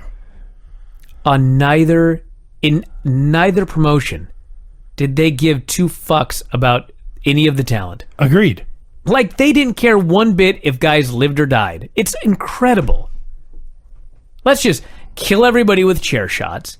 Oh, you're having serious psychological problems and you're crashing your cars and you're drunk and your life is... Let's turn it into an angle. We don't give a shit. When you hear that a friend or family member has been in an auto accident, your automatic reaction is to say, oh my God, is he okay? Right. When you're in 6 auto accidents and they're so not concerned, they just make a joke out of it? Jesus Christ. So Scott Hall is drunk. He says, my car is wrecked. Doug Dillinger, you must go fix it.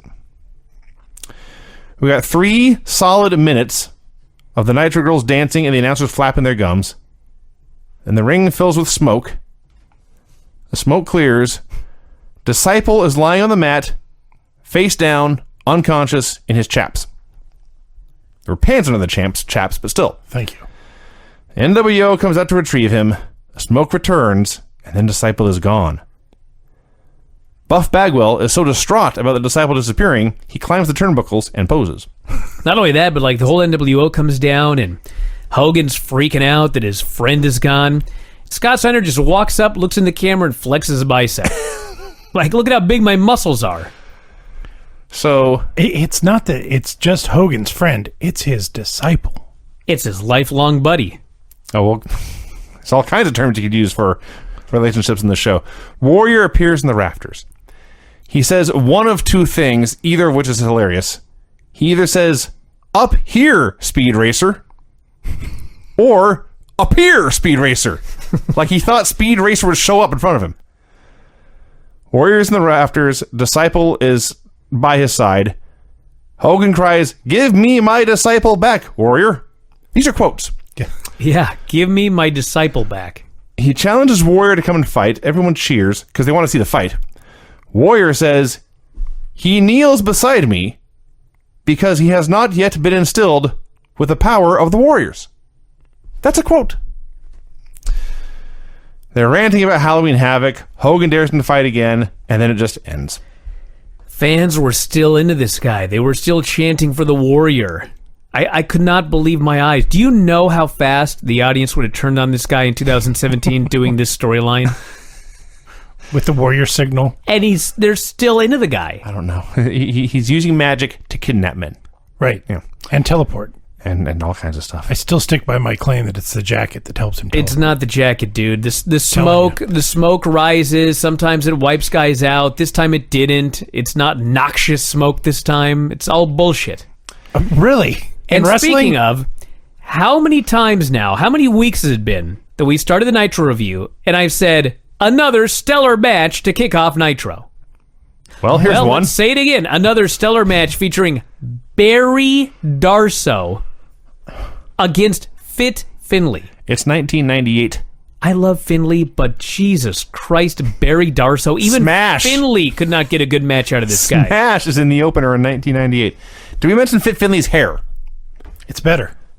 Then what? The mullet. No. Don't you remember when he had that goofy mullet and the weird outfit? The buzzed sides, the buzzed back, but then the top is still going out to the sides, so he looks like a tree. I'm working on that He myself looks right like now. Dexter from The Offspring. Same I haircut. gotta look this up now. Here's everything I wrote. They traded holds and strikes for 3 or 4 minutes, and Finlay hit a tombstone for the win.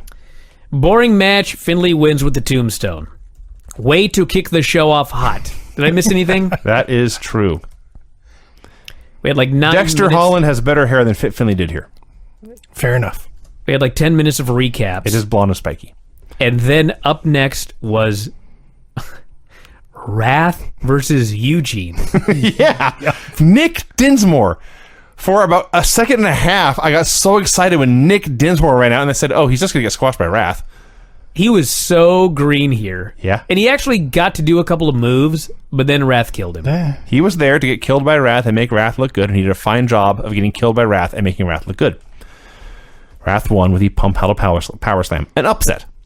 The Pump Hundle. Is that what I said? I think that should be your new move. Pump Hundle. Yeah. Sounds lewd. It does, really.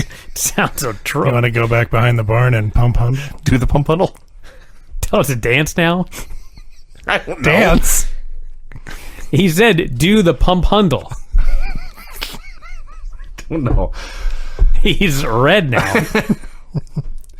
think he's tried the pump Hundle. Texting Bridget. Had a Goldberg Page hype video that was the most 1990s thing I may have ever seen.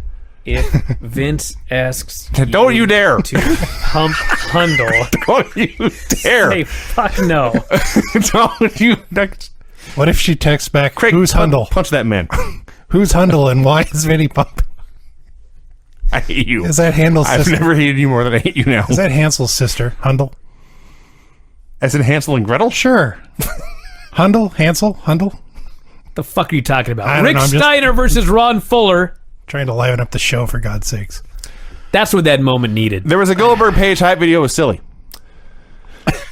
Rick Fuller and Rick Steiner. I was very excited for the slobber knocker, and then they attempted to do MMA.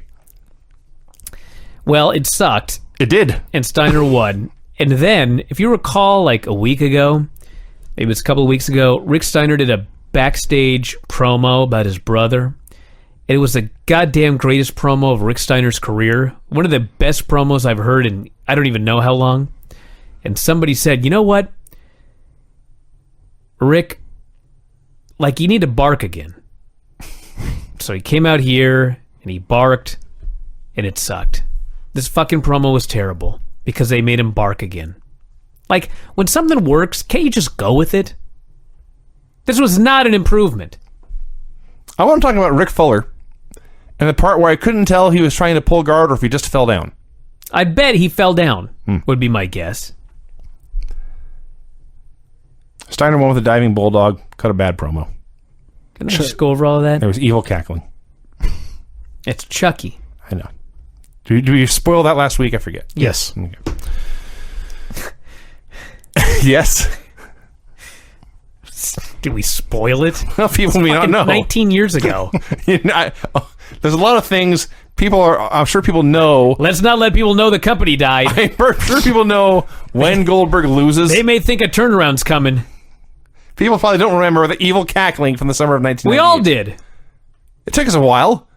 There's a lot of people Like listening who 5 didn't watch this minutes. before. Hogan and crew came out for a promo. They probably don't believe us anyway when we say that there's cackling in the arena to set up Chucky the doll showing up on Nitro. That is That's pretty actually a ludicrous. fair I'm point. sure they think Yeah. we're full of shit. That actually is a fair point. Hogan calls out Warrior. Warrior appears at the entranceway, says, "Follow me." Didn't we just see this 30 minutes earlier? Yes. Pretty much. Hogan goes up the aisle. They get to the top of the stage. Now it's smoky. Hogan freezes, but he goes with the smoke. They're in the backstage area playing hide and seek. When Bischoff points and says, "Look!"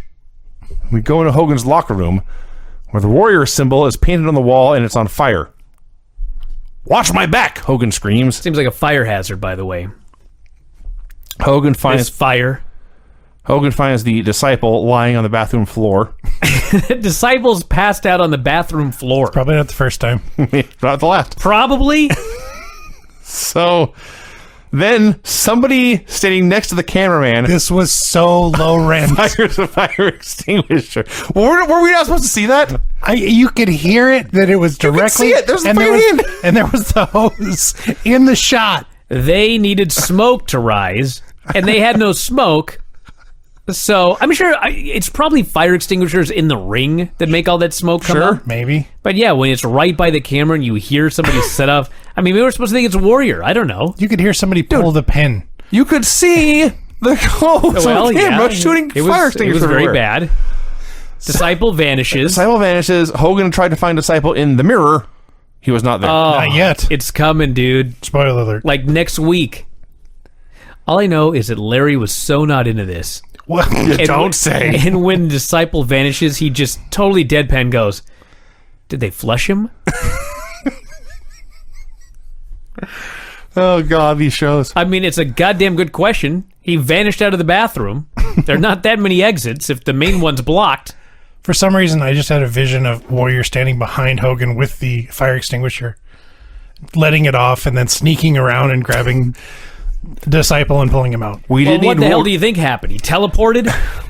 I'm sure that's what did happen. we needed to see Warrior tiptoeing backstage like Scooby-Doo. Yes. That would have been better.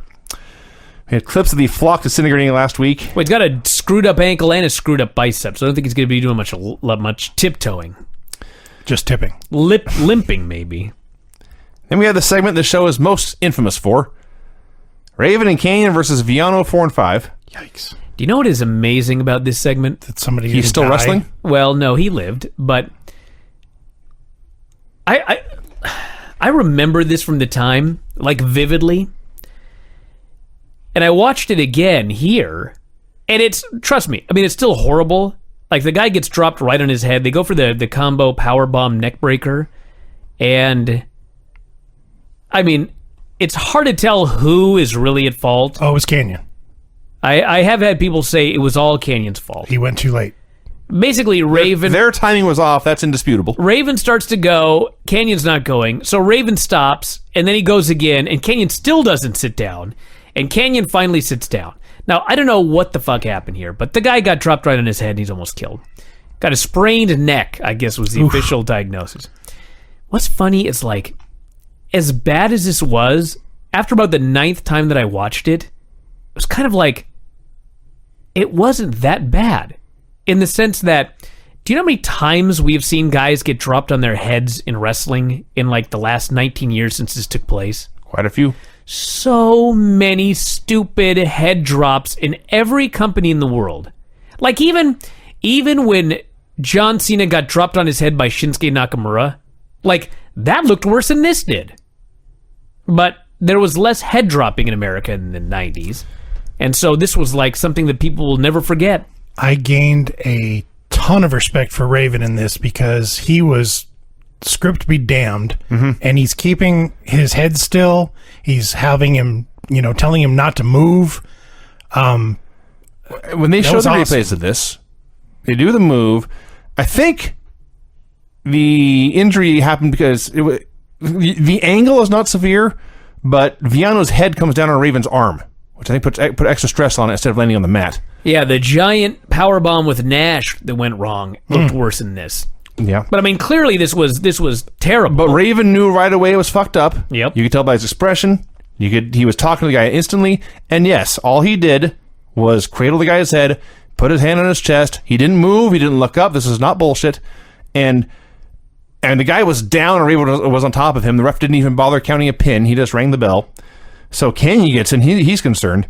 Viano 5, as far as he knows, has just watched his brother die. But he's out there to do a job. So he tries to pick a fight with Canyon. This man is a professional. Yes. A different kind of professional from Raven. Yes. Like, God damn, I gotta attack Raven. He goes over and boots Raven in the fucking head as Raven's trying to keep his brother from moving his neck. Yeah. So Kanyon half-heartedly throws him out of the ring. Everyone freezes, and eventually the actual medical people show up, and Raven and Kanyon slink away. They do a ton of replays. They go to the announcers, who I swear are silent for like a solid 15, 20 seconds. And then finally they go back to the ring where Viana 4 is now sitting up, which is a great sign. And then he actually walked out of the ring with help. Can you believe they let that guy walk to the back after this? Ridiculous. Are you kidding me? He should have been backboarded out. These dumb shits. Fans cheered him. At least he got a pop. This was so dumb. Well, the good news is he is still alive. Yeah, I wrestled him afterwards. Did you? Yeah. How about that? He had a match 2 days ago. So it worked out in the end. Disco Inferno had a cruiserweight title match tonight. Yeah. But the championship match was strictly enforced. He had to meet the weight limit. So Disco Inferno is cutting weight. Yeah, the weight limit is like 220, they claimed. Sure. I'm like, 220? Jesus Christ. Alex Wright comes out, cuts a promo in German, says Americans are stupid and disgusting, and DDP is the most disgusting of them all. He wants Paige to come fight. And Paige accepts. They do a match. Paige sells the whole time, hits the diamond cutter out of nowhere, and wins. That's a great diamond cutter. He flipped out of a back suplex and then immediately hit the diamond cutter. I popped. It looked like Alex was out wrestling Paige, but in fact, he was doing exactly what Paige wanted. That's right. Alex put himself in position for the diamond cutter.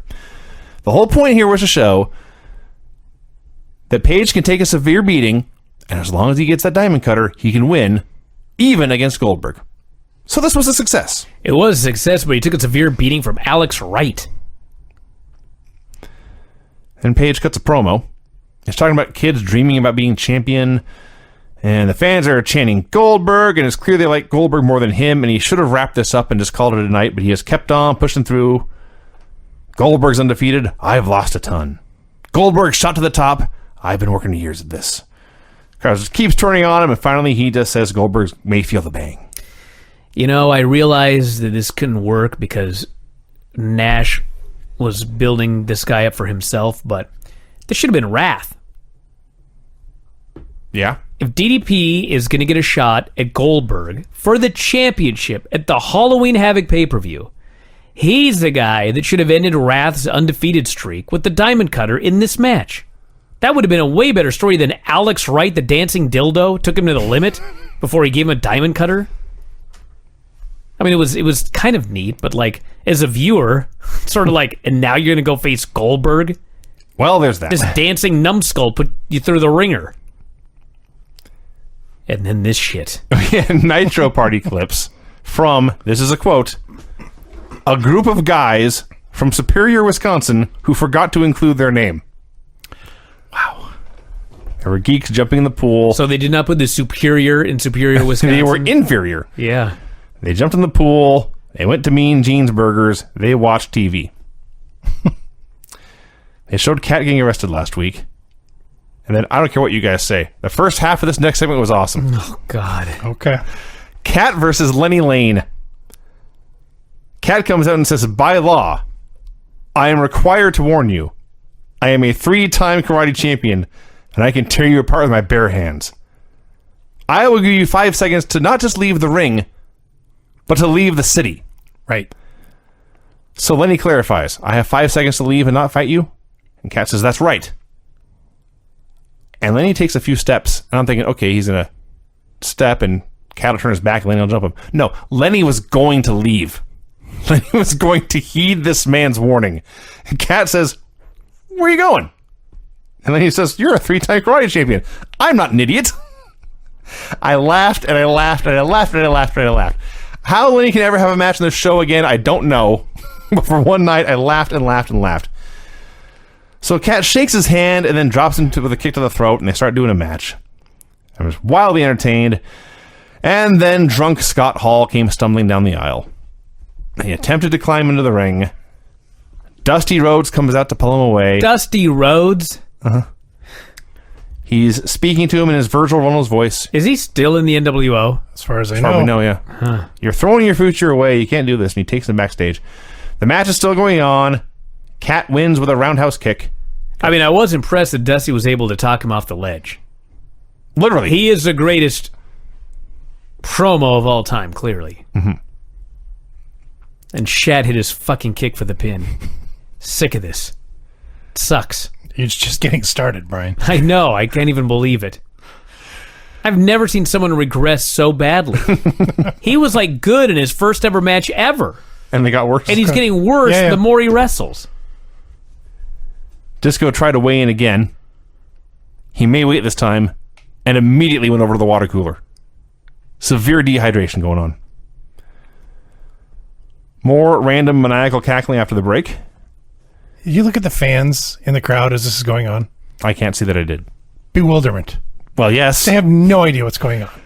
Nor did we when it was going on. And some people are laughing along with it. It's ridiculous. I'm pretty sure none of us knew it was Chucky the Doll until Chucky the Doll showed up on the screen. I think I knew.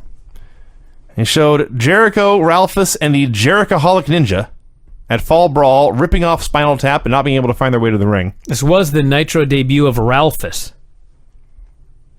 So finally they get to the ring, where Jericho calls out his opponent, and out comes a Goldberg imitator. And I thought, hey, it's Gillberg. Then I thought, wait a minute, Gillberg was on Raw. Right. Gillberg was a ripoff of a WCW idea. I was stunned.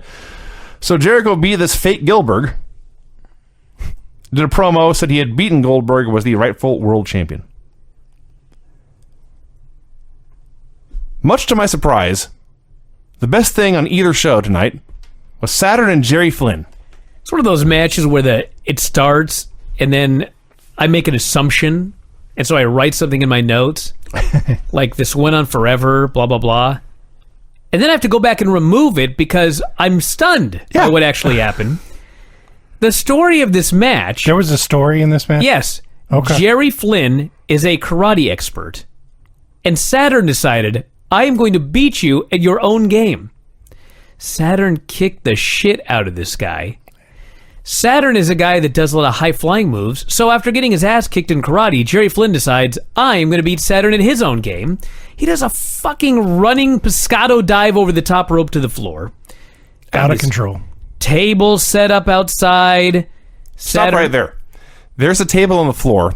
Saturn goes to grab it, and Tony explains, hey, that's David Pinzer's table. The ring announcer gets an entire table to himself. Well, you need a lot of room for all your notes. All your 3x5 cards? Yeah, when you're a ring announcer. You gotta set him up like a game of memory. Maybe he's doing double duty as the bell ringer.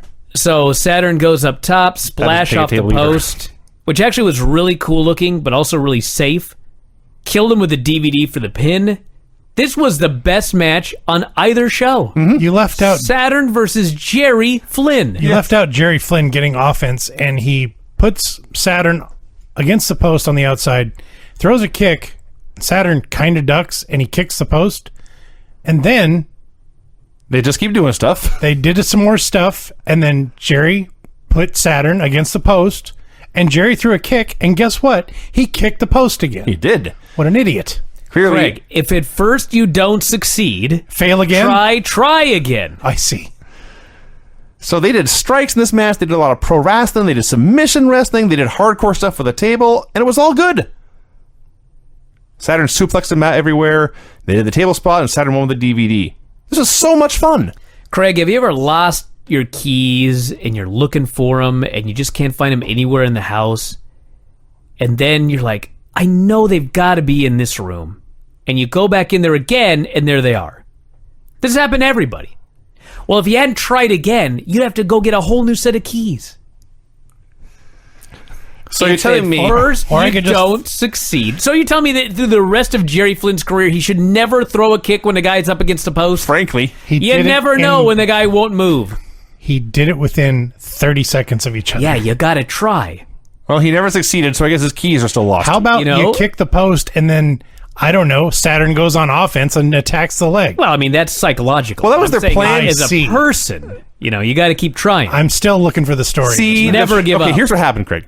He kicked the post the first time, and then one of them forgot what to do. Yes. Exactly. Because the next time they did it, he kicked the post, and then Saturn threw his back into the post, and then threw his head into the post. So my guess is Saturn forgot what to do the first time he kicked the post. Okay. They were in his hometown, so he got to pull out the table and he got to get the big Duke over Jerry here. Yes, in WCW, the hometown hero got a win. It was all downhill after that. The last hour or so of the show was so bad. Yep. Jericho did a commercial. Well, no. We had Disco versus Kidman coming up. That was good. Am I the only one? We'll get to it. Wow. Jericho did a commercial really for his T-shirt. It was a PSA-style promo about the dangers of Jerichoism.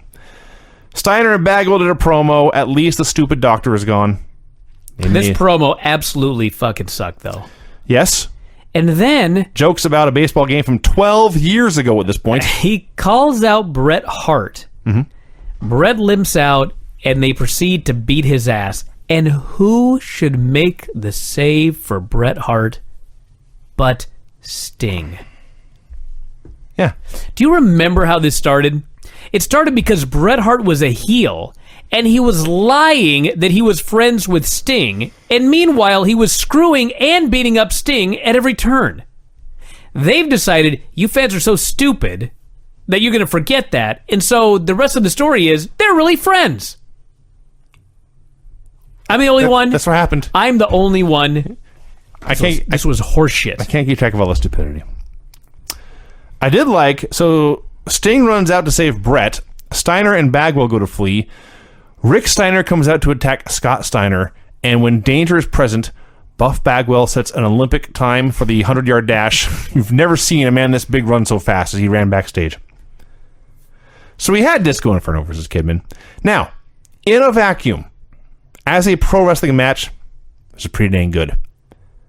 But the story is, Disco has been cutting weight all day. Now he's in there, an hour later, he's exhausted. He's on fumes. He's got nothing left. It's a great story. Kidman is the small, underdog, babyface cruiserweight champion in his first defense. And his first defense is, he can't beat this guy who has nothing left. Well, it's still a severe weight differential here, Vinny. He's still fighting a larger man. Who's asleep. Which, by the way, can I note that Disco Inferno in a fake sport in 1998 understood how much a weight cut drains you and keeps you from performing at your best? And these fucking idiots in mixed martial arts are still killing themselves in 2017? Am I going to have somebody come up to me in 5 years and go, we didn't understand the danger of weight cuts back in 1998. It's only been the last couple of years. Because that's bullshit. So Kidman fights and fights and fights, and nothing he can do can beat this exhausted, tired, empty husk of a man. But he got his second wind. Shivani notes, quote, amazingly, this match is still going on. Yeah. Goes on and on. Lodi comes out with signs. He misses Raven. He needs the flock. Kidman, because he's not a big enough geek, is distracted by this. Disco hits a pile driver. Now Disco's firing up and making a comeback. Who did Kidman piss off? Nobody, dude. He won the match. Took him a long time. They're telling a story here, and I think they are turning Disco babyface. The way they put him over at the end for how hard he tried. He's been a babyface for like a year. I'm not sure about that. No, because he was with the dancing dildos, and they were heels.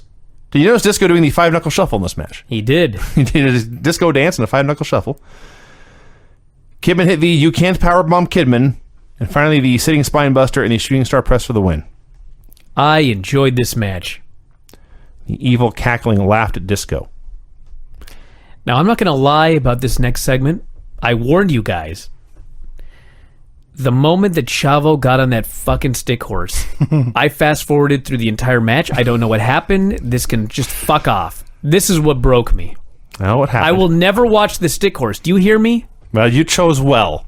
And that's not because of the stick horse. You know what? I got to say this. Between these two combatants, Conan and Chavo Guerrero was a superior athlete this week and actually carried this match. Okay. Carried it to what? Carried it to a match. They had a fucking... First of all, Conan comes out. Did I mention how sick I am of Conan's pre-match spiel? It's the exact same thing every week. Yes. There's zero creativity to it. That's everyone's spiel. Like DX has a different spiel every week. It's the exact same one every week. Everyone true. uses He's got the a same. point. Scott Hall's survey, they're all the same. That's true. I don't know why Conan's bothers me I so don't much. either. It's baffling. Maybe it's because I know Conan's going to wrestle. And that's bad news, too. Because the match was worse. If he would keep his hands away from his crotch, I think I would... Yeah, because that's never gotten a wrestler over before. That's true. So... That was big back then. Yanking on your Johnson. Craig, you want to tell him? I don't think he's... I think he's just... Vinny, continue. So this Craig match to tell me. just goes for hours and hours and Thank hours. God I skipped it. Legit. I wrote seemed to go hours from that point. Conan, by the way, did you know that he was in bad shape, and the longer a match went, the more tired he got? He got blowed up. He was more tired in real life here than Disco was pretending to be in the prior match. He was as tired as I was when I was watching this. Goes on and on. 8.5 minutes plus a commercial break. So like 12 minutes in the building. It goes on and on. Finally, every Conan match ends the same too. Leapfrog, spin kick, X Factor, Tequila Sunrise. Except Okay? he was too tired. He was too tired to do the leapfrog. So he just does the spin kick, does the X Factor, and he just lies there and lies there and lies there, huffing and puffing. And he gets up and he does this move every fucking week. And it was his idea to do the move, so he must know how to do it. No. He grabs the arm and he grabs the foot and he does the little spin around and he's just lost. And I don't know if he's too tired to do the move or if he's if his in exhaustion he's forgotten the steps or if or if Child was resisting. But it took him a few tries to get the Tequila Sunrise on and finally the match ended. Miserable. Kind of sad I missed it now. Not really. Eric Bischoff comes out with a promo with Liz, who was smoking hot. Did I mention last week that she looked good in chaps? I'm fine with this outfit. How is she hotter in 1998 than she Can we was in talk about 1988? this promo for Don't crying know. out loud? I don't want to. The Ric Flair promo? It's from last week. What are you talking about? The Ric Flair promo, where he drops 7,000 inside references. I apologize. Dude, this promo... Okay, so last week's promo was better because of the crowd, but as a promo, this promo was so great. If you're an insider. Well, I am. There you go. Okay, fair. All right. He's got me there, Vince. So he starts talking about the Horsemen. They're not dead. They're back. And he starts putting the Horsemen over one at a time. And it was funny because they were in Boston. And he's talking about Mongo, the football player. And Mongo, as a football player, beat the holy hell out of Boston's team, so they all booed him. Keeps on going through. Malengo's this tough guy. Benoit's a tough guy. Arn's my best friend. Goes forever. Goes into Bischoff and says, I'd hit you, but I don't have another $2 million. So he's broke now, I guess. Goes to the story. Yeah, he actually admits it during the show. always Bischoff broke. said, you didn't save your money, did you, Rick? And Rick's like, no, I spent it all, and I'm awesome. He doesn't give a shit. Says he wanted to go see Reed win a national wrestling tournament, and he did win. Bischoff wasn't going to let him go, so he went anyway, and then Reed learned from a neighbor Flair had been fired. Hey, he explained it all to you. He's going on and on and on, and he's not dropping inside terms. He's being very creepy and lecherous toward Liz. Well, yeah, he's Ric Flair. I'm trying to figure out why you're supposed to cheer for the dirty old man, and Because he's Ric Flair. he makes a move for her, and thankfully she scurried for safety behind Bischoff. In what universe is this different? I'm not advocating it. I'm just saying, what the fuck do you expect? Ric Flair's in the ring with Liz and Chaps. Like, what in the world do you expect out of the guy? I don't know. And finally, Flair says, we'll be in Norfolk next week, and Bischoff says, no, you won't. And they hold four fingers in his face. And I thought this goddamn promo was absolutely unbelievable. Flair was so great. Doug Dillinger was great. Like, Doug Dillinger was supposed to stop the Horsemen from getting in the ring, and they had a long stare down, and then Doug Dillinger let him pass, and everybody goes crazy. Gets in there, just him and Bischoff going back and forth. It was so good. This was the best thing on either show. And Rick with the best line. Space Mountain's the oldest ride in the park. Still got the longest line. I don't know what that had to do with anything, but it was a great line. That was towards Liz. It was great. The NWO team in the main event is supposed to be Scott Hall. No, it's supposed to be a singles match. It was? Nash versus Hall. It was? I'm almost positive. I could have sworn they said it would be a tag match. Well, here's what happened. It doesn't matter. It's time for the main event. The first man to walk through the curtain is Stevie Ray. I almost threw up. I do not want to watch a Stevie Ray match, and the Giant is with him.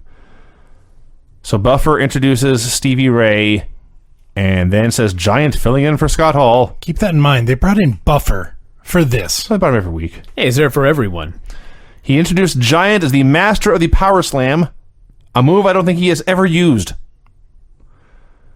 Nash and Luger come out, the most hysterically elaborate pyro you ever saw. It just goes on and on and on. And they turn, they look at each other, they start laughing. They will go down to the ring. It's not like Nash is fast when he makes his entrance. He gets down to ringside, the pyro is still going off. At one point, they both turned around in awe of the pyro going off behind them. It goes on and on and on. If you only knew how much money they spent on that, too. So Nash wouldn't be laughing if he knew how much money they spent on that pyro. Lex Luger, and maybe the worst decision of his career, was growing a Hulk Hogan mustache. Not a good look. No. Not even on Hogan. He kept trying and then eradicating his facial hair. Like, I'm going to try something really fucked up this week. Yeah. I'm going to grow a Fu Manchu. That'll fit with the Lex Luger character. Sure. So Lex and Stevie wrestle for 2 minutes, and it's just awful. And here comes drunk Scott Hall again. The match just stops. Everyone looks at him, and he gets in the ring. And Well, first he goes to the announcers, and he says, listen, there's no alcohol policy here in WCW. Obviously. Oh, that's I'm right, like, yeah. Let's cool, you idiots. Maybe you should make one. He says, my back hurts. I've carried this lump Nash my entire career. I'm going to go show Nash how tough I am. Keep in mind the match has already started with Stevie Ray and Giant versus Nash and Luger. This fucking guy stumbles down to the ring all drunk, and they let him replace Stevie Ray in storyline. I guess. He just got in the ring. But they started working, and the ref's right there. Well, no, he's Stevie not. just got out. No, he is not right there because Scott Hall grabbed him and threw him out of the ring. Yeah, but then he got back in. Did he not? My match. I don't know. It doesn't matter. All I know is Scott Hall, who's not a participant in the match, lays out the referee. Kevin Nash then asks for a tag. Hall throws a punch. Nash dodges, which is comedy in and of itself. And Hall falls down. And this goes on a while, and Hall falls out of the ring. Lex chases Giant away with a chair. Hall's calling out Nash. Nash cuts a promo, says, we can fight. I won't fight for free. We'll fight at Halloween Havoc. Announcers are talking about how sad all of this is. In what universe was any of this entertaining for a second? Was it supposed to be funny? I'm pretty sure in infinite universes there still wasn't one where this was any good. I don't know if it was supposed to be funny or if I was supposed to just be curious to see if a drunk guy can fight or what. I don't understand any... I think it was supposed to be Crash TV that you couldn't turn the channel because there was a drunk guy in the ring. Well, it had the opposite effect. I wanted to turn the channel very badly. Well, everyone did. To build up a match with Nash and Hall. At one point, Nash yelled at Hall, I've lost my best friend. And Hall goes, I've lost everything I ever had. Like, what the fuck's happening here? Can you guys get off my damn TV? So, announcers are talking about how sad this all is. And I'm about to hit close in the window. And I look down and there's 3 minutes of TV time left. Yes, there is. Are these guys just going to sit here and talk for 3 minutes? What's going on? This last segment was so rushed. Hogan and Bischoff came out, and Exactly. Hogan only got in one pose. It's that danger zone where I don't want to see another segment, but if you're going to do another segment, it better go more than 3 minutes. Sure. So Hogan and Bischoff come out. They demand Warrior. Warrior comes out on stage and says, Hogan says, I'll prove you're canary yellow. And then... Hogan is such a cartoon. Yeah. He's using terms from the fucking 50s. Bugs Bunny. I'm going to prove you're yellow, brother. So, as Hogan's ranting, Disciple comes out like right behind Warrior, so Hogan can't see him from where he is. No, I think Hogan was supposed to see him and think that Disciple had recovered and was about to jump Warrior from behind. That's possible. That's possible. Regardless, Disciple comes out and stands right behind Warrior. Then he stands right beside him, and then he turns around to reveal the OWN logo on his jacket. What are you doing? You're gonna get yours, Warrior. Hogan said, and I quote, "What's up with that?" That's what he said. He did. It's true. He did. What's up with that? Said Hulk Hogan. So, for those of you keeping score at home, the storyline here is that Warrior, to pick a fight with Hulk Hogan, has found his partner, Disciple, and through humiliation and abuse, seduced him to stand at his side instead. He's David Koresh. That's one way to look at it. Well, yeah, that's what happened. Mm-hmm. Yeah. I mean, whatever he had that caused that guy to pass out in the bathroom must have been some good shit. Disciple's now standing there of his own free will. So apparently he enjoys all this. Well, we don't know if he's drugged right now. I mean, he's there. And if he's drugged, does he like it? We don't know his state of mind at the moment. But yeah, he's got a new disciple, ironically, in the disciple. That's right. Look at that. Should close here by noting that this was the 1-year anniversary of the debut of the current WCW World Heavyweight Champion Goldberg. It was celebrated by him not even being on the show. That's right. Well, you can't win them all. Why are you looking at me? I didn't book it. This leads us to Nitro. Also, September 28th, 1998, number 159. Watched this yesterday. I don't have a lot of memories of it. I seem to recall it was a little bit better Then what? than usual. Maybe. I just watched it right before coming over here. I just remember the main event being all kinds of stupid, which is hardly shocking. Hey, at least Scott Hall's sober now. Yay. Dude, yay! Actually, you're right. That was awful last week. Yeah, that is a yay. So 5 minutes went by before anything on the show happened. There's a Hogan Warrior video. There's a Nitro Girls dance number. There's the announcers flapping their gums. And finally the NWO comes out. And even that part takes forever until they finally start talking. Bischoff talks about all the fans who are booing him and just says, "Thank you for all your money." That was a great heel line. That made me laugh. So Hogan goes off. I don't know what got into Hogan this week. I know. Well, you know, thank God there wasn't Twitter back then. Thank God there was no... Actually, I wish there had been Twitter back then because then you wouldn't have to do it on the air. So he buries WCW. It's a Southern hick thing that he turned into a big deal. He made it a success. Says the fans are stupid. The other wrestlers are stupid. And then things take a turn. Now, I know Hogan's had some awkward... what's the best way to put this? Awkward race relations, I guess, in the past couple of years. Here he talks about how he's been spending some time in the hood. The hood, you T-H-A-H-O-O-D, hood. Talking to the brothers and sisters. And they all started calling him Wood. Yes, Wood. Short for Hollywood. Yeah. Say Wood. You need to take out those crybabies like Sting and Bret Hart. Also, I don't know what activities he was involved in the hood, but his voice was cracking like a 12-year-old. So he's calling out Sting, and Bret says, "If you want a piece of wood, come right down here." That is what he said. If either of you want a piece of wood tonight, come find me. Yeah. That's what he said. That's what he said. If either of you want a piece of wood tonight, come find me. Started calling himself Woody as well. And finally, it was just done. Wrestling is weird. Oh man, wait till his promo on the Warrior later. Have La Parka versus Super Calo. So their idea for an opening spot is do a handstand, Calo. I'll run under you, and then when you are behind me or as you're coming down, I will mule kick you in the nuts. So they tried this. They fucked it up. His foot came nowhere near Calo's nuts, and so Parker just turned around and kicked him right in the balls. Because La Parka's a professional. I guess so. What's notable about this match is Super Calo did not manage to kill himself. That's true. Which is a huge improvement for that guy. There was a lot of nuttiness. There were some fuck-ups. There was a corkscrew moonsault that pretty much missed.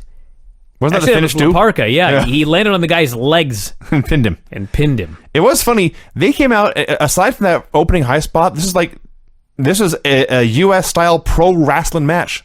Just happened to have two Mexican guys doing it. And I got to say, this changes on Nitro as the hours wear on because people get tired and bored and pissed off. But unlike WWE today, and by the way, this was the first time in like 5 straight weeks that they opened with a good match. That's true. Yeah. And the fans were into it. It's two WCW jobbers going out there and just giving it their all. And the fans were into it. They popped for the finish. Mm-hmm. They cheered for everything. It's very different than today. If you open Raw with a match between two mid-card geeks, it'd be death.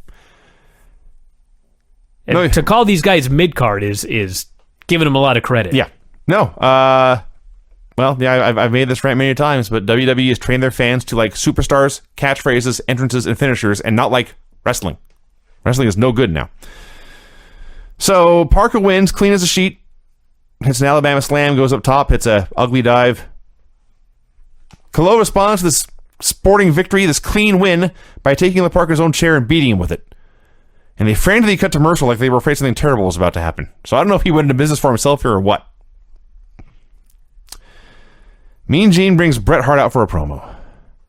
Bret says, Hogan, Sting and I heard you issue that challenge. Sting has agreed to step aside and let me finally get a crack at you. You've been ducking me for years. Tonight I finally get my shot. I know my legs hurt, but I'm going to fight through that to get my hands on you. And I promise to be a hero for the people. I'm going to be as great as Sting or Ric Flair. This was legitimately a match 5 years in the making, from when they wanted Hogan to put over Bret, and Hogan refused to do it in 1993, and so he lost the title to Big Fat Yokozuna instead, because he was large, and there was a defective flashbulb on top of that. So this would have been their first ever singles match. Absolutely. For free on Nitro. With no build. With no build. Well, when you see how it went down, I don't blame them for that part. But yes, they could have gotten people to buy a pay-per-view with that. And it was a very good babyface promo. Disciple versus Sick Boy. So for those of you that may have forgotten, last week here on this show, the Warrior kidnapped Disciple. I mean, I don't know this, but we presume he gave him some really sweet drugs. Guy passed out on the bathroom floor. And then later in the show, he came out as the disciple of the Warrior. Warrior appeared to have seduced him, yes. Yes. So this week, Disciple came out for a wrestling match. I think his first. Well, no, he was the Butcher for a while. That's true. It had been years, I think. As the Disciple, though. Well, yeah, as a Disciple, I think this was his first match, but they put him in the ring with Sick Boy. Like, can you imagine that they put him in the ring with Sick Boy for this fucking match? His first TV match in who knows how long. It's fucking horrendous. Yes. Disciple is... I mean, think about this. The Disciple is having to pretend to be the ultimate warrior. That's what happened. Yeah. That's exactly what happened. He would take a move, and he'd pop up on his skinny chicken legs, and he would beat his chest and scream. It was so horrible. Yeah. He won with the worst stunner I've ever seen. You grab the guy and you sit on your ass. Is it that fucking hard? Apparently. Apparently it is. God damn, this was bad. I also like how 10 minutes before this, Hogan was out there talking about how the Disciple was his most loyal soldier, the one guy who would never turn his back, and now Warrior had stolen him, left him for another man. So here, Disciple's just in the ring 10 minutes later. Hogan ignores it. He doesn't go out there to try to win him back. He doesn't go out there to attack him and get revenge. Moving on. They replayed an angle from Road Wild. I never saw this Road Wild, so I don't know if I ever saw this angle before, but it's awesome. So it's supposed to be Rick Steiner versus Scott Steiner. And they're outside, and they got the big stage set up in the blue sky, so it looks cool anyway. They wheel out Scott Steiner on a gurney. And his arms all wrapped up, legs all wrapped up, neck brace on, IVs everywhere, something over his mouth, oxygen mask, I guess. And Bagwell had just come back, so he's still in his neck brace. Bagwell wheels him out. So Bagwell does all the talking and says, you can clearly see this man is too injured to compete tonight. He cannot wrestle his brother. And JJ said, and they've had some wacky doctor's note, and JJ says, well, he's going to be there the next pay-per-view, right? And Buff says, oh yeah, he'll be the next pay-per-view, right? And he holds the mic down to Scott, who's still wearing an oxygen mask, so all you hear is, Buff says, see? He'll be there for the next pay-per-view. JJ says, well, he better be, because if he's not ready in 2 weeks, he is barred from wrestling for life. That's right. He can't wrestle anywhere in the world ever again. And Scott Steiner is so outraged that he sits straight up and screams, what? It was so goofy and stupid and cartoony, but it was awesome. I laughed my ass off. So Rick Steiner chased them away. That was at Road Wild, and this led to the Steiner versus Steiner match at Fall Brawl, where they had an elaborate trap where Buff Bagwell would fake a neck injury, which, he'd just come back from the terrible neck injury. And it was all a setup, so they'd take him backstage, load him into an ambulance, Rick would turn his back, and they would pop out of the ambulance and get him. Which in hindsight was foreshadowing here on Nitro. I don't often give Nitro a lot of credit for artistic merit, but this is a perfect example of foreshadowing. We had Scott Steiner in a handicap match against Lenny Lane and Nick Dinsmore. Yeah, the foreshadowing of Rick saying, make sure you call his mom. Well, that too, but I was talking about the main event finish. No, that was the one to me. Make sure you call his mom. Yeah, that's coming. Next week. Oh, great. They called her. So we get the hospital and Mama Bagwell. Can you imagine? How did Raw win? I wonder which show turns out better. Judy Bagwell, which, by the way, was also the name of Bagwell's wife. Oh. Yeah. That's creepy. Mom Innes. Why? I don't know. Just happened to be named Judy. What's your mother's name? Lina? Lina? Mm-hmm. Linna. How the fuck did I never know that? You never asked? Was it a misspelling on her birth certificate? How dare you? No. Well, I mean, Gladys, her name is spelled wrong on her birth certificate. Didn't know that. Yeah. No. So if Bridget's name were Lina, you would have just had nothing to do with her? All I said was weird, man. I'm just bringing it up. Love is weird, Vinny. That was weird. The heart wants what the heart wants. The heart wants what the heart wants. It's what's in a name. That's in a name. Aaron. Can you explain that or should we just move on? That's Vinny's middle name, but that's what they used to call him in high school. Yeah. He was Aaron Verhey. Yeah. Did anyone ever call you Vinny until me? A few times. Did I start this? No. A few times. I started when I was... Oh, that's a long story. We got all night. There's no Craig. So, yeah. I was Aaron Verhey for my whole life. That's I guess that's what the plan was to call me, or if I just... Anyway, so I didn't like myself coming out of high school, started in college, didn't know anyone, had a chance to start over, and was tired of correcting professors every time they called roll. So when they said, is Vincent Verhey here? I just said, yes. So you would actually correct them before and say, no, but Aaron's here. Basically, yeah. Wow. Yeah. So I didn't even correct people when they spelled my name wrong. I was like, who gives a shit? You want to use an I? I don't care. Anyway, Scott beat the fuck out of these mofos. He double underhook powerbombed Dinsmore onto Lenny, tapped them both out with a double Steiner recliner. This move's got to go. It's got to go. And why is that? Well, because it's so fucking stupid looking, and Scott Steiner going in there and throwing everybody around is awesome. So you're in there, and there's this big, jacked up, crazy fucker throwing people around, and you're like, God damn, this match is awesome. Then he sits on them both at the same time. That's about what happens, yeah. That's stupid. Yeah. So as soon as the submission's done, he begins to sell his back and his knee, and the trainer comes out to look at him. It's almost like he's avoiding his brother. I guess so. Warrior comes out for a promo. He's rambling on about Christ knows what. A fan hits the ring. Security tackles him. Warrior claims this fan is upset by Hogan. He promises at Halloween Havoc he will be full blown. And that's it. I literally got nothing out of his promo. Is that what he said? Full blown? I believe so. Okay. I take it back then. What were you going to say? I could have sworn that he came out and said he was going to be all bone at Halloween Havoc. That would be... I thought for sure that's what he said. I don't want to see all bone versus wood. Well, I think that's what we're going to get. We're going to get wood versus all bone. This match is even worse than I remember. Oh, it's way worse. All bone. That's what he said, I'm positive. I even looked at the closed captioning. Did you? No. Oh. It's just a jumble of letters. It just says Warrior rambles incoherently for 5 minutes. That's what's on the screen. Mean Gene calls Buff Bagwell out for a promo. Buff claims that Scott is in an ambulance and headed to the hospital. And when Gene questions this, Buff angrily says, "Are you calling me a liar?" There is mysterious cackling. Ugh. Buff says... But it actually worked. That's the most amazing thing about it. Like, of all of this shit in WCW, Chucky was actually over. It's mind-blowing. I guess. I remember this. It was way more over than I expected. Of course, I had low expectations for a goddamn doll. So Buff says if Scott's hurt, he's going to make Rick Steiner's holidays miserable. Psychosis versus the Cat. Cat does his spiel. I must warn you, I'm required by law. I am a 3-time world karate champion. I could rip your heart out in 5 seconds.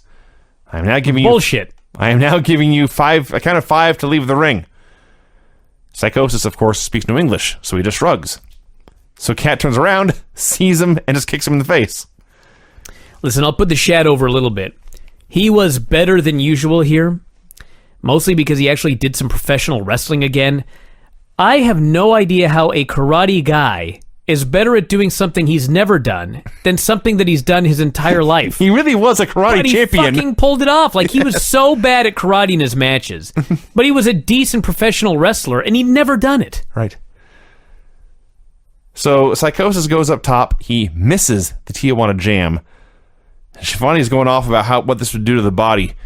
Hurt the spine, hurt your hamstrings, hurt the glutes. And Cat has a spin kick and wins. And Larry says something like, I'm sure his glutes are sore. Larry's so over all of this. Yes. I don't blame him. Yeah, this match actually was a fun clash of styles. Mean Gene calls out Alex Wright, who cuts a promo in German, and then calls out the British Bulldog. Yeah. Why? What? I don't know, but they had a match. Later they did. I don't know why. Like, there's some matches that you build to. Like, you'd think Hogan and Hart would be one of them. Bulldog and Alex Wright, you don't need to build that. You can just put them in the ring and do a match. It's okay. Chavo Guerrero versus Disco Inferno. So Disco threatened to break the toy horse, but then put it back in the corner instead. Dude, I told you that I was going to fast forward through every match involving this goddamn stick horse. But I actually liked the Disco Inferno, so I watched this match, and he proceeded to... What happened here? I could have sworn he destroyed it. Well, first of all, he didn't but somehow Chavo got his, and so I was happy. Well, first of all, Disco here was a total heel, and Chavo was a babyface, randomly, because I think they were doing the opposite for the past several weeks.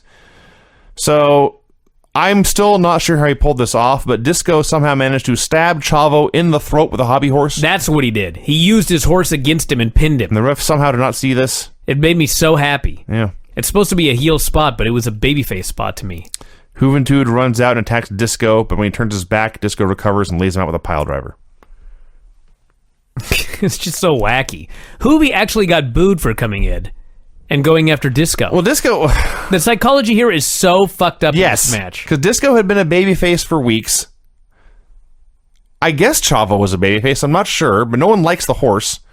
People like dancing with Disco, they like his music at least. He wrestled a total heel of the match. He won in heel fashion. And then he got attacked. I don't know.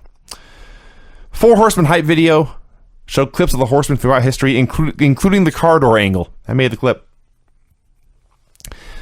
So Mean Gene brings the Horsemen out for a promo. Before they can say hardly anything, Bischoff comes out. He says, Arn Anderson assaulted Stevie Ray on Thursday. Security, police, take the Horsemen out of the building. And so the Horsemen left. And Doug Dillinger. Horsemen were cool for like a week. Well, it's not... I mean, they were still cool, but the problem is you're in the middle of a damn wrestling war, and you can't let Ric Flair, like, cut a promo for a few minutes before you have the guys come out and arrest him. Like, it was good heat, but you can still get good heat, but actually give the television viewers something to make them want to keep watching your stupid show. So Bischoff, as they're taken out, he buries Flair for skipping work to go watch his 10-year-old son wrestle. Called him a coward, and they went to break. Chris Jericho and his goofs were walking backstage. Man, this was actually the first Nitro appearance of Ralphus, I believe. Because he debuted at Fall Brawl. And I don't think he was on, maybe he was on TV last week. There's a clip of him, but it may have been from another show, but yes. But one way or the other, so Ralphus comes out right here. There's Ralphus, there's the Jerichoholic Ninja. Yep. And a third man who I had forgotten. Well, the important thing here was, so Jericho, I guess he presumed Goldberg wasn't there. We actually don't know that part of the story. But he calls out Goldberg because the fake Goldberg's going to come out. But instead, the real Goldberg comes out with the fake Goldberg on his shoulder. He throws the guy into the ring, and he proceeds to destroy the security guards. Now, I thought, how... he killed Ralphus. But then, I went back to watch carefully. That's why they had a third guy there. Yes. They got Ralphus the hell out of there because they didn't want Goldberg laying one hand on that guy. No. Because he was just a guy that worked there. Yeah. He was not in a position to be speared by Goldberg and jackhammered. No, that would be awful. But the place went absolutely batshit crazy for this. As you would expect. It was a great segment because I didn't know what happened here. So when I thought it was going to be the Imitator again or something, or he wouldn't show up. It was supposed to be. Yeah. Goldberg comes out just carrying this guy much like you carry Paisley. Just easy. He's. I'm pretty sure that he carried this grown man easier than I carry Paisley. Yeah. And for the even better, it's the first time we've seen Goldberg calm. Because usually he's snorting and hollering and growling. Well, he was calm for a second till he had to spear and jackhammer these guys. Yeah. The one fucker didn't go for the jackhammer, and Goldberg's like, "You're going up, dude." Yeah. And he fucking throws this guy in the air and jackhammers him. It was the coolest thing I've ever seen. Jericho ran for his life. It was a great segment. This is great. Mean Gene brings DDP out for a promo. So he brings DDP out. I'm sure Paige is thinking, all right, chance to get myself over and plug my World Championship match in this pay-per-view. And then before he can get going, Gene just goes off on a spiel about Mark McGuire and Sammy Sosa. I was thinking, what the fuck? Let him talk, dude. So he finishes. Paige pretty much ignores what he'd been talking about. Talks about Goldberg, puts him over for a while. Talks about the Horsemen, the Wolfpack, the Black and White. But he's the one guy who stands on his own. He's going to beat Goldberg on Sunday and prove he's for real. Or at the pay-per-view at Halloween Havoc and prove he's for real. Scott Hall versus Kidman. This stupid match started, and as it continued on, I thought, is this another one of those stupid slip on a banana peel things? That's what I thought too. Because Scott Hall goes out there and he does those stupid things every now and then. He's working him over. He's beating him up. Kidman gets like a near fall with the power bomb. Hall, of course, tries the edge, but he turns into his gimmick. Anyway, the point of this is none of this got any heat. And then Hall hits the edge and pins him. Right. What in the absolute fuck was this? Let's review. Kidman wins the Cruiserweight title in a great match, gets himself over in one night. Next week, he wrestles an exhausted Disco Inferno. He goes for a long time. He at least won, but he did not look great doing so. And he comes out here and just gets stomped. He was just destroyed by a guy that last week was a drunk. Well, I'm glad you brought that up, because that's the other thing about this. Last week, Scott Hall was so drunk, he brought the entire show to a complete halt. So now, in storyline, WCW as a company is so stupid, they're just going to put him out there again the next week. Yep. Just booked him in another match. I also like here, Hall had a choke slam at one point and then started to make fun of the Giant. And then Tony says, oh, he's making fun of the Giant. And then Hall stops and like, that's a shout out for you, G-Man or something. And Tony says he's paying tribute to the Giant. I think they both forgot that he and Giant are on the same team now. Well, Giant was negotiating with WWE the same week. So, I see. Yeah. I did not know that. All I know is a drunk dude just destroyed the Cruiserweight champion. I'm sure these stupid fuckers were like, well, he got the rub working with Hall. Get real. This guy got killed. Came across like a total geek. We got British Bulldog versus Alex Wright. Bulldog, keep in mind, Bulldog has an infection that is spreading through his body as we speak watching this show. He's out there all hurt, doing a stupid match with Alex Wright. He did cut a good promo beforehand where he said he had an 11-year-old son backstage and Alex couldn't lace his boots. Fact. Young Harry. I saw Harry when he was not much older than 11. I can confirm. Alex could not lace his boots. He also, Bulldog did, told Alex, suck it in German. So, I don't know what happened. But it was pretty much only this match and maybe a little bit after. But I got just like a nuclear bomb of buffering. It would stop for a minute, play for 2 seconds, stop for a minute, play for 2 seconds. It made it almost unwatchable. And eventually I was able to get it working again. And that made me sad, because it turns out the buffering was the best part. So here's the finish. The referee takes a bump. Stop right there. This bump was so terrible that Tony Schiavone had no choice but to call it a glancing blow. A glancing blow that knocked the referee down like he was glued to the mat. He goes down. A Bulldog hits the power slam. There's no ref. It took the Bulldog a full 8 seconds of covering the guy to realize that nobody was counting. So they bring out another referee, Charles Robinson.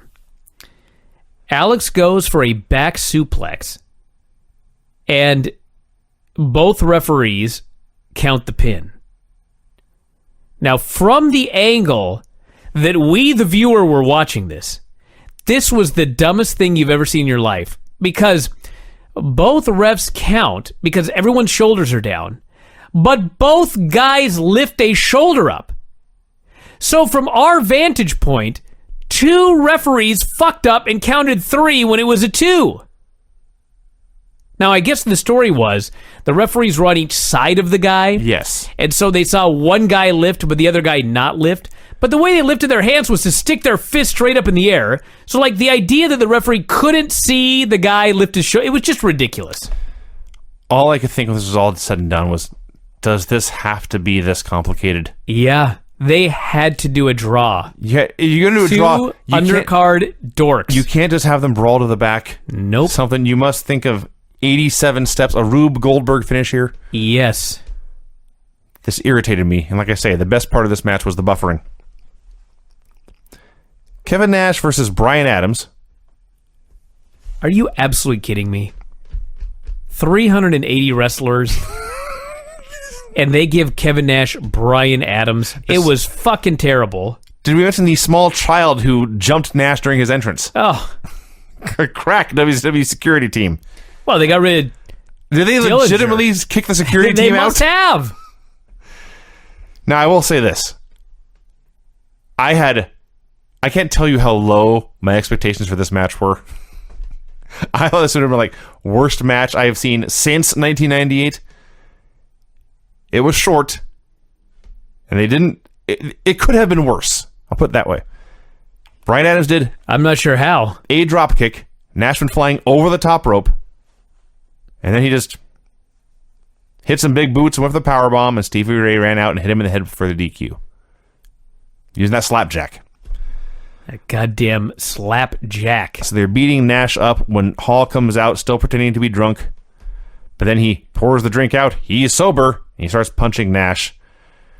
And Luger and Conan run down to make the save.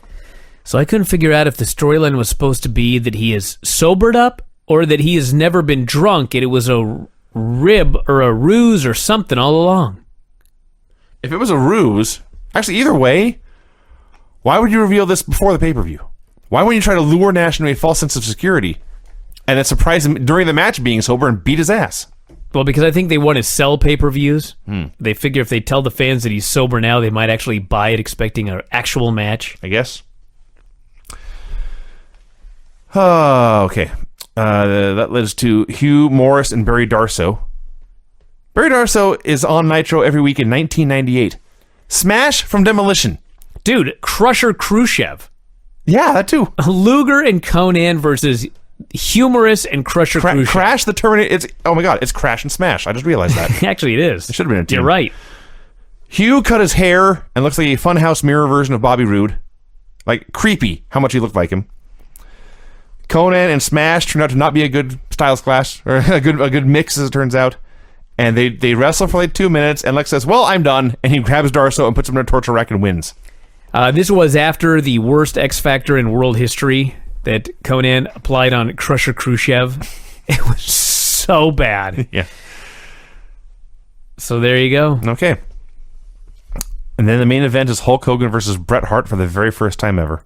I gotta say, the first 5 minutes of this match where they exchanged technical wrestling holds, I know some of you listening to this, probably most of you don't believe this happened, but Bret Hart and Hulk Hogan put on a technical wrestling clinic.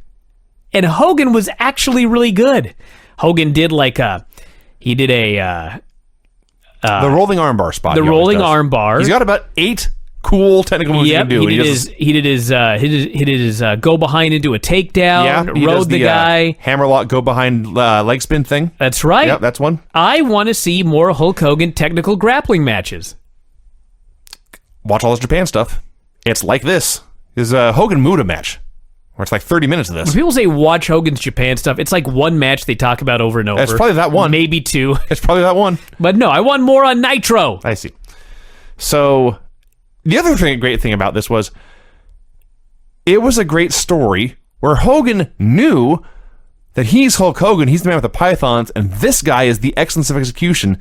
Hogan, to satisfy his own ego, wanted to prove he could beat Bret at his own game.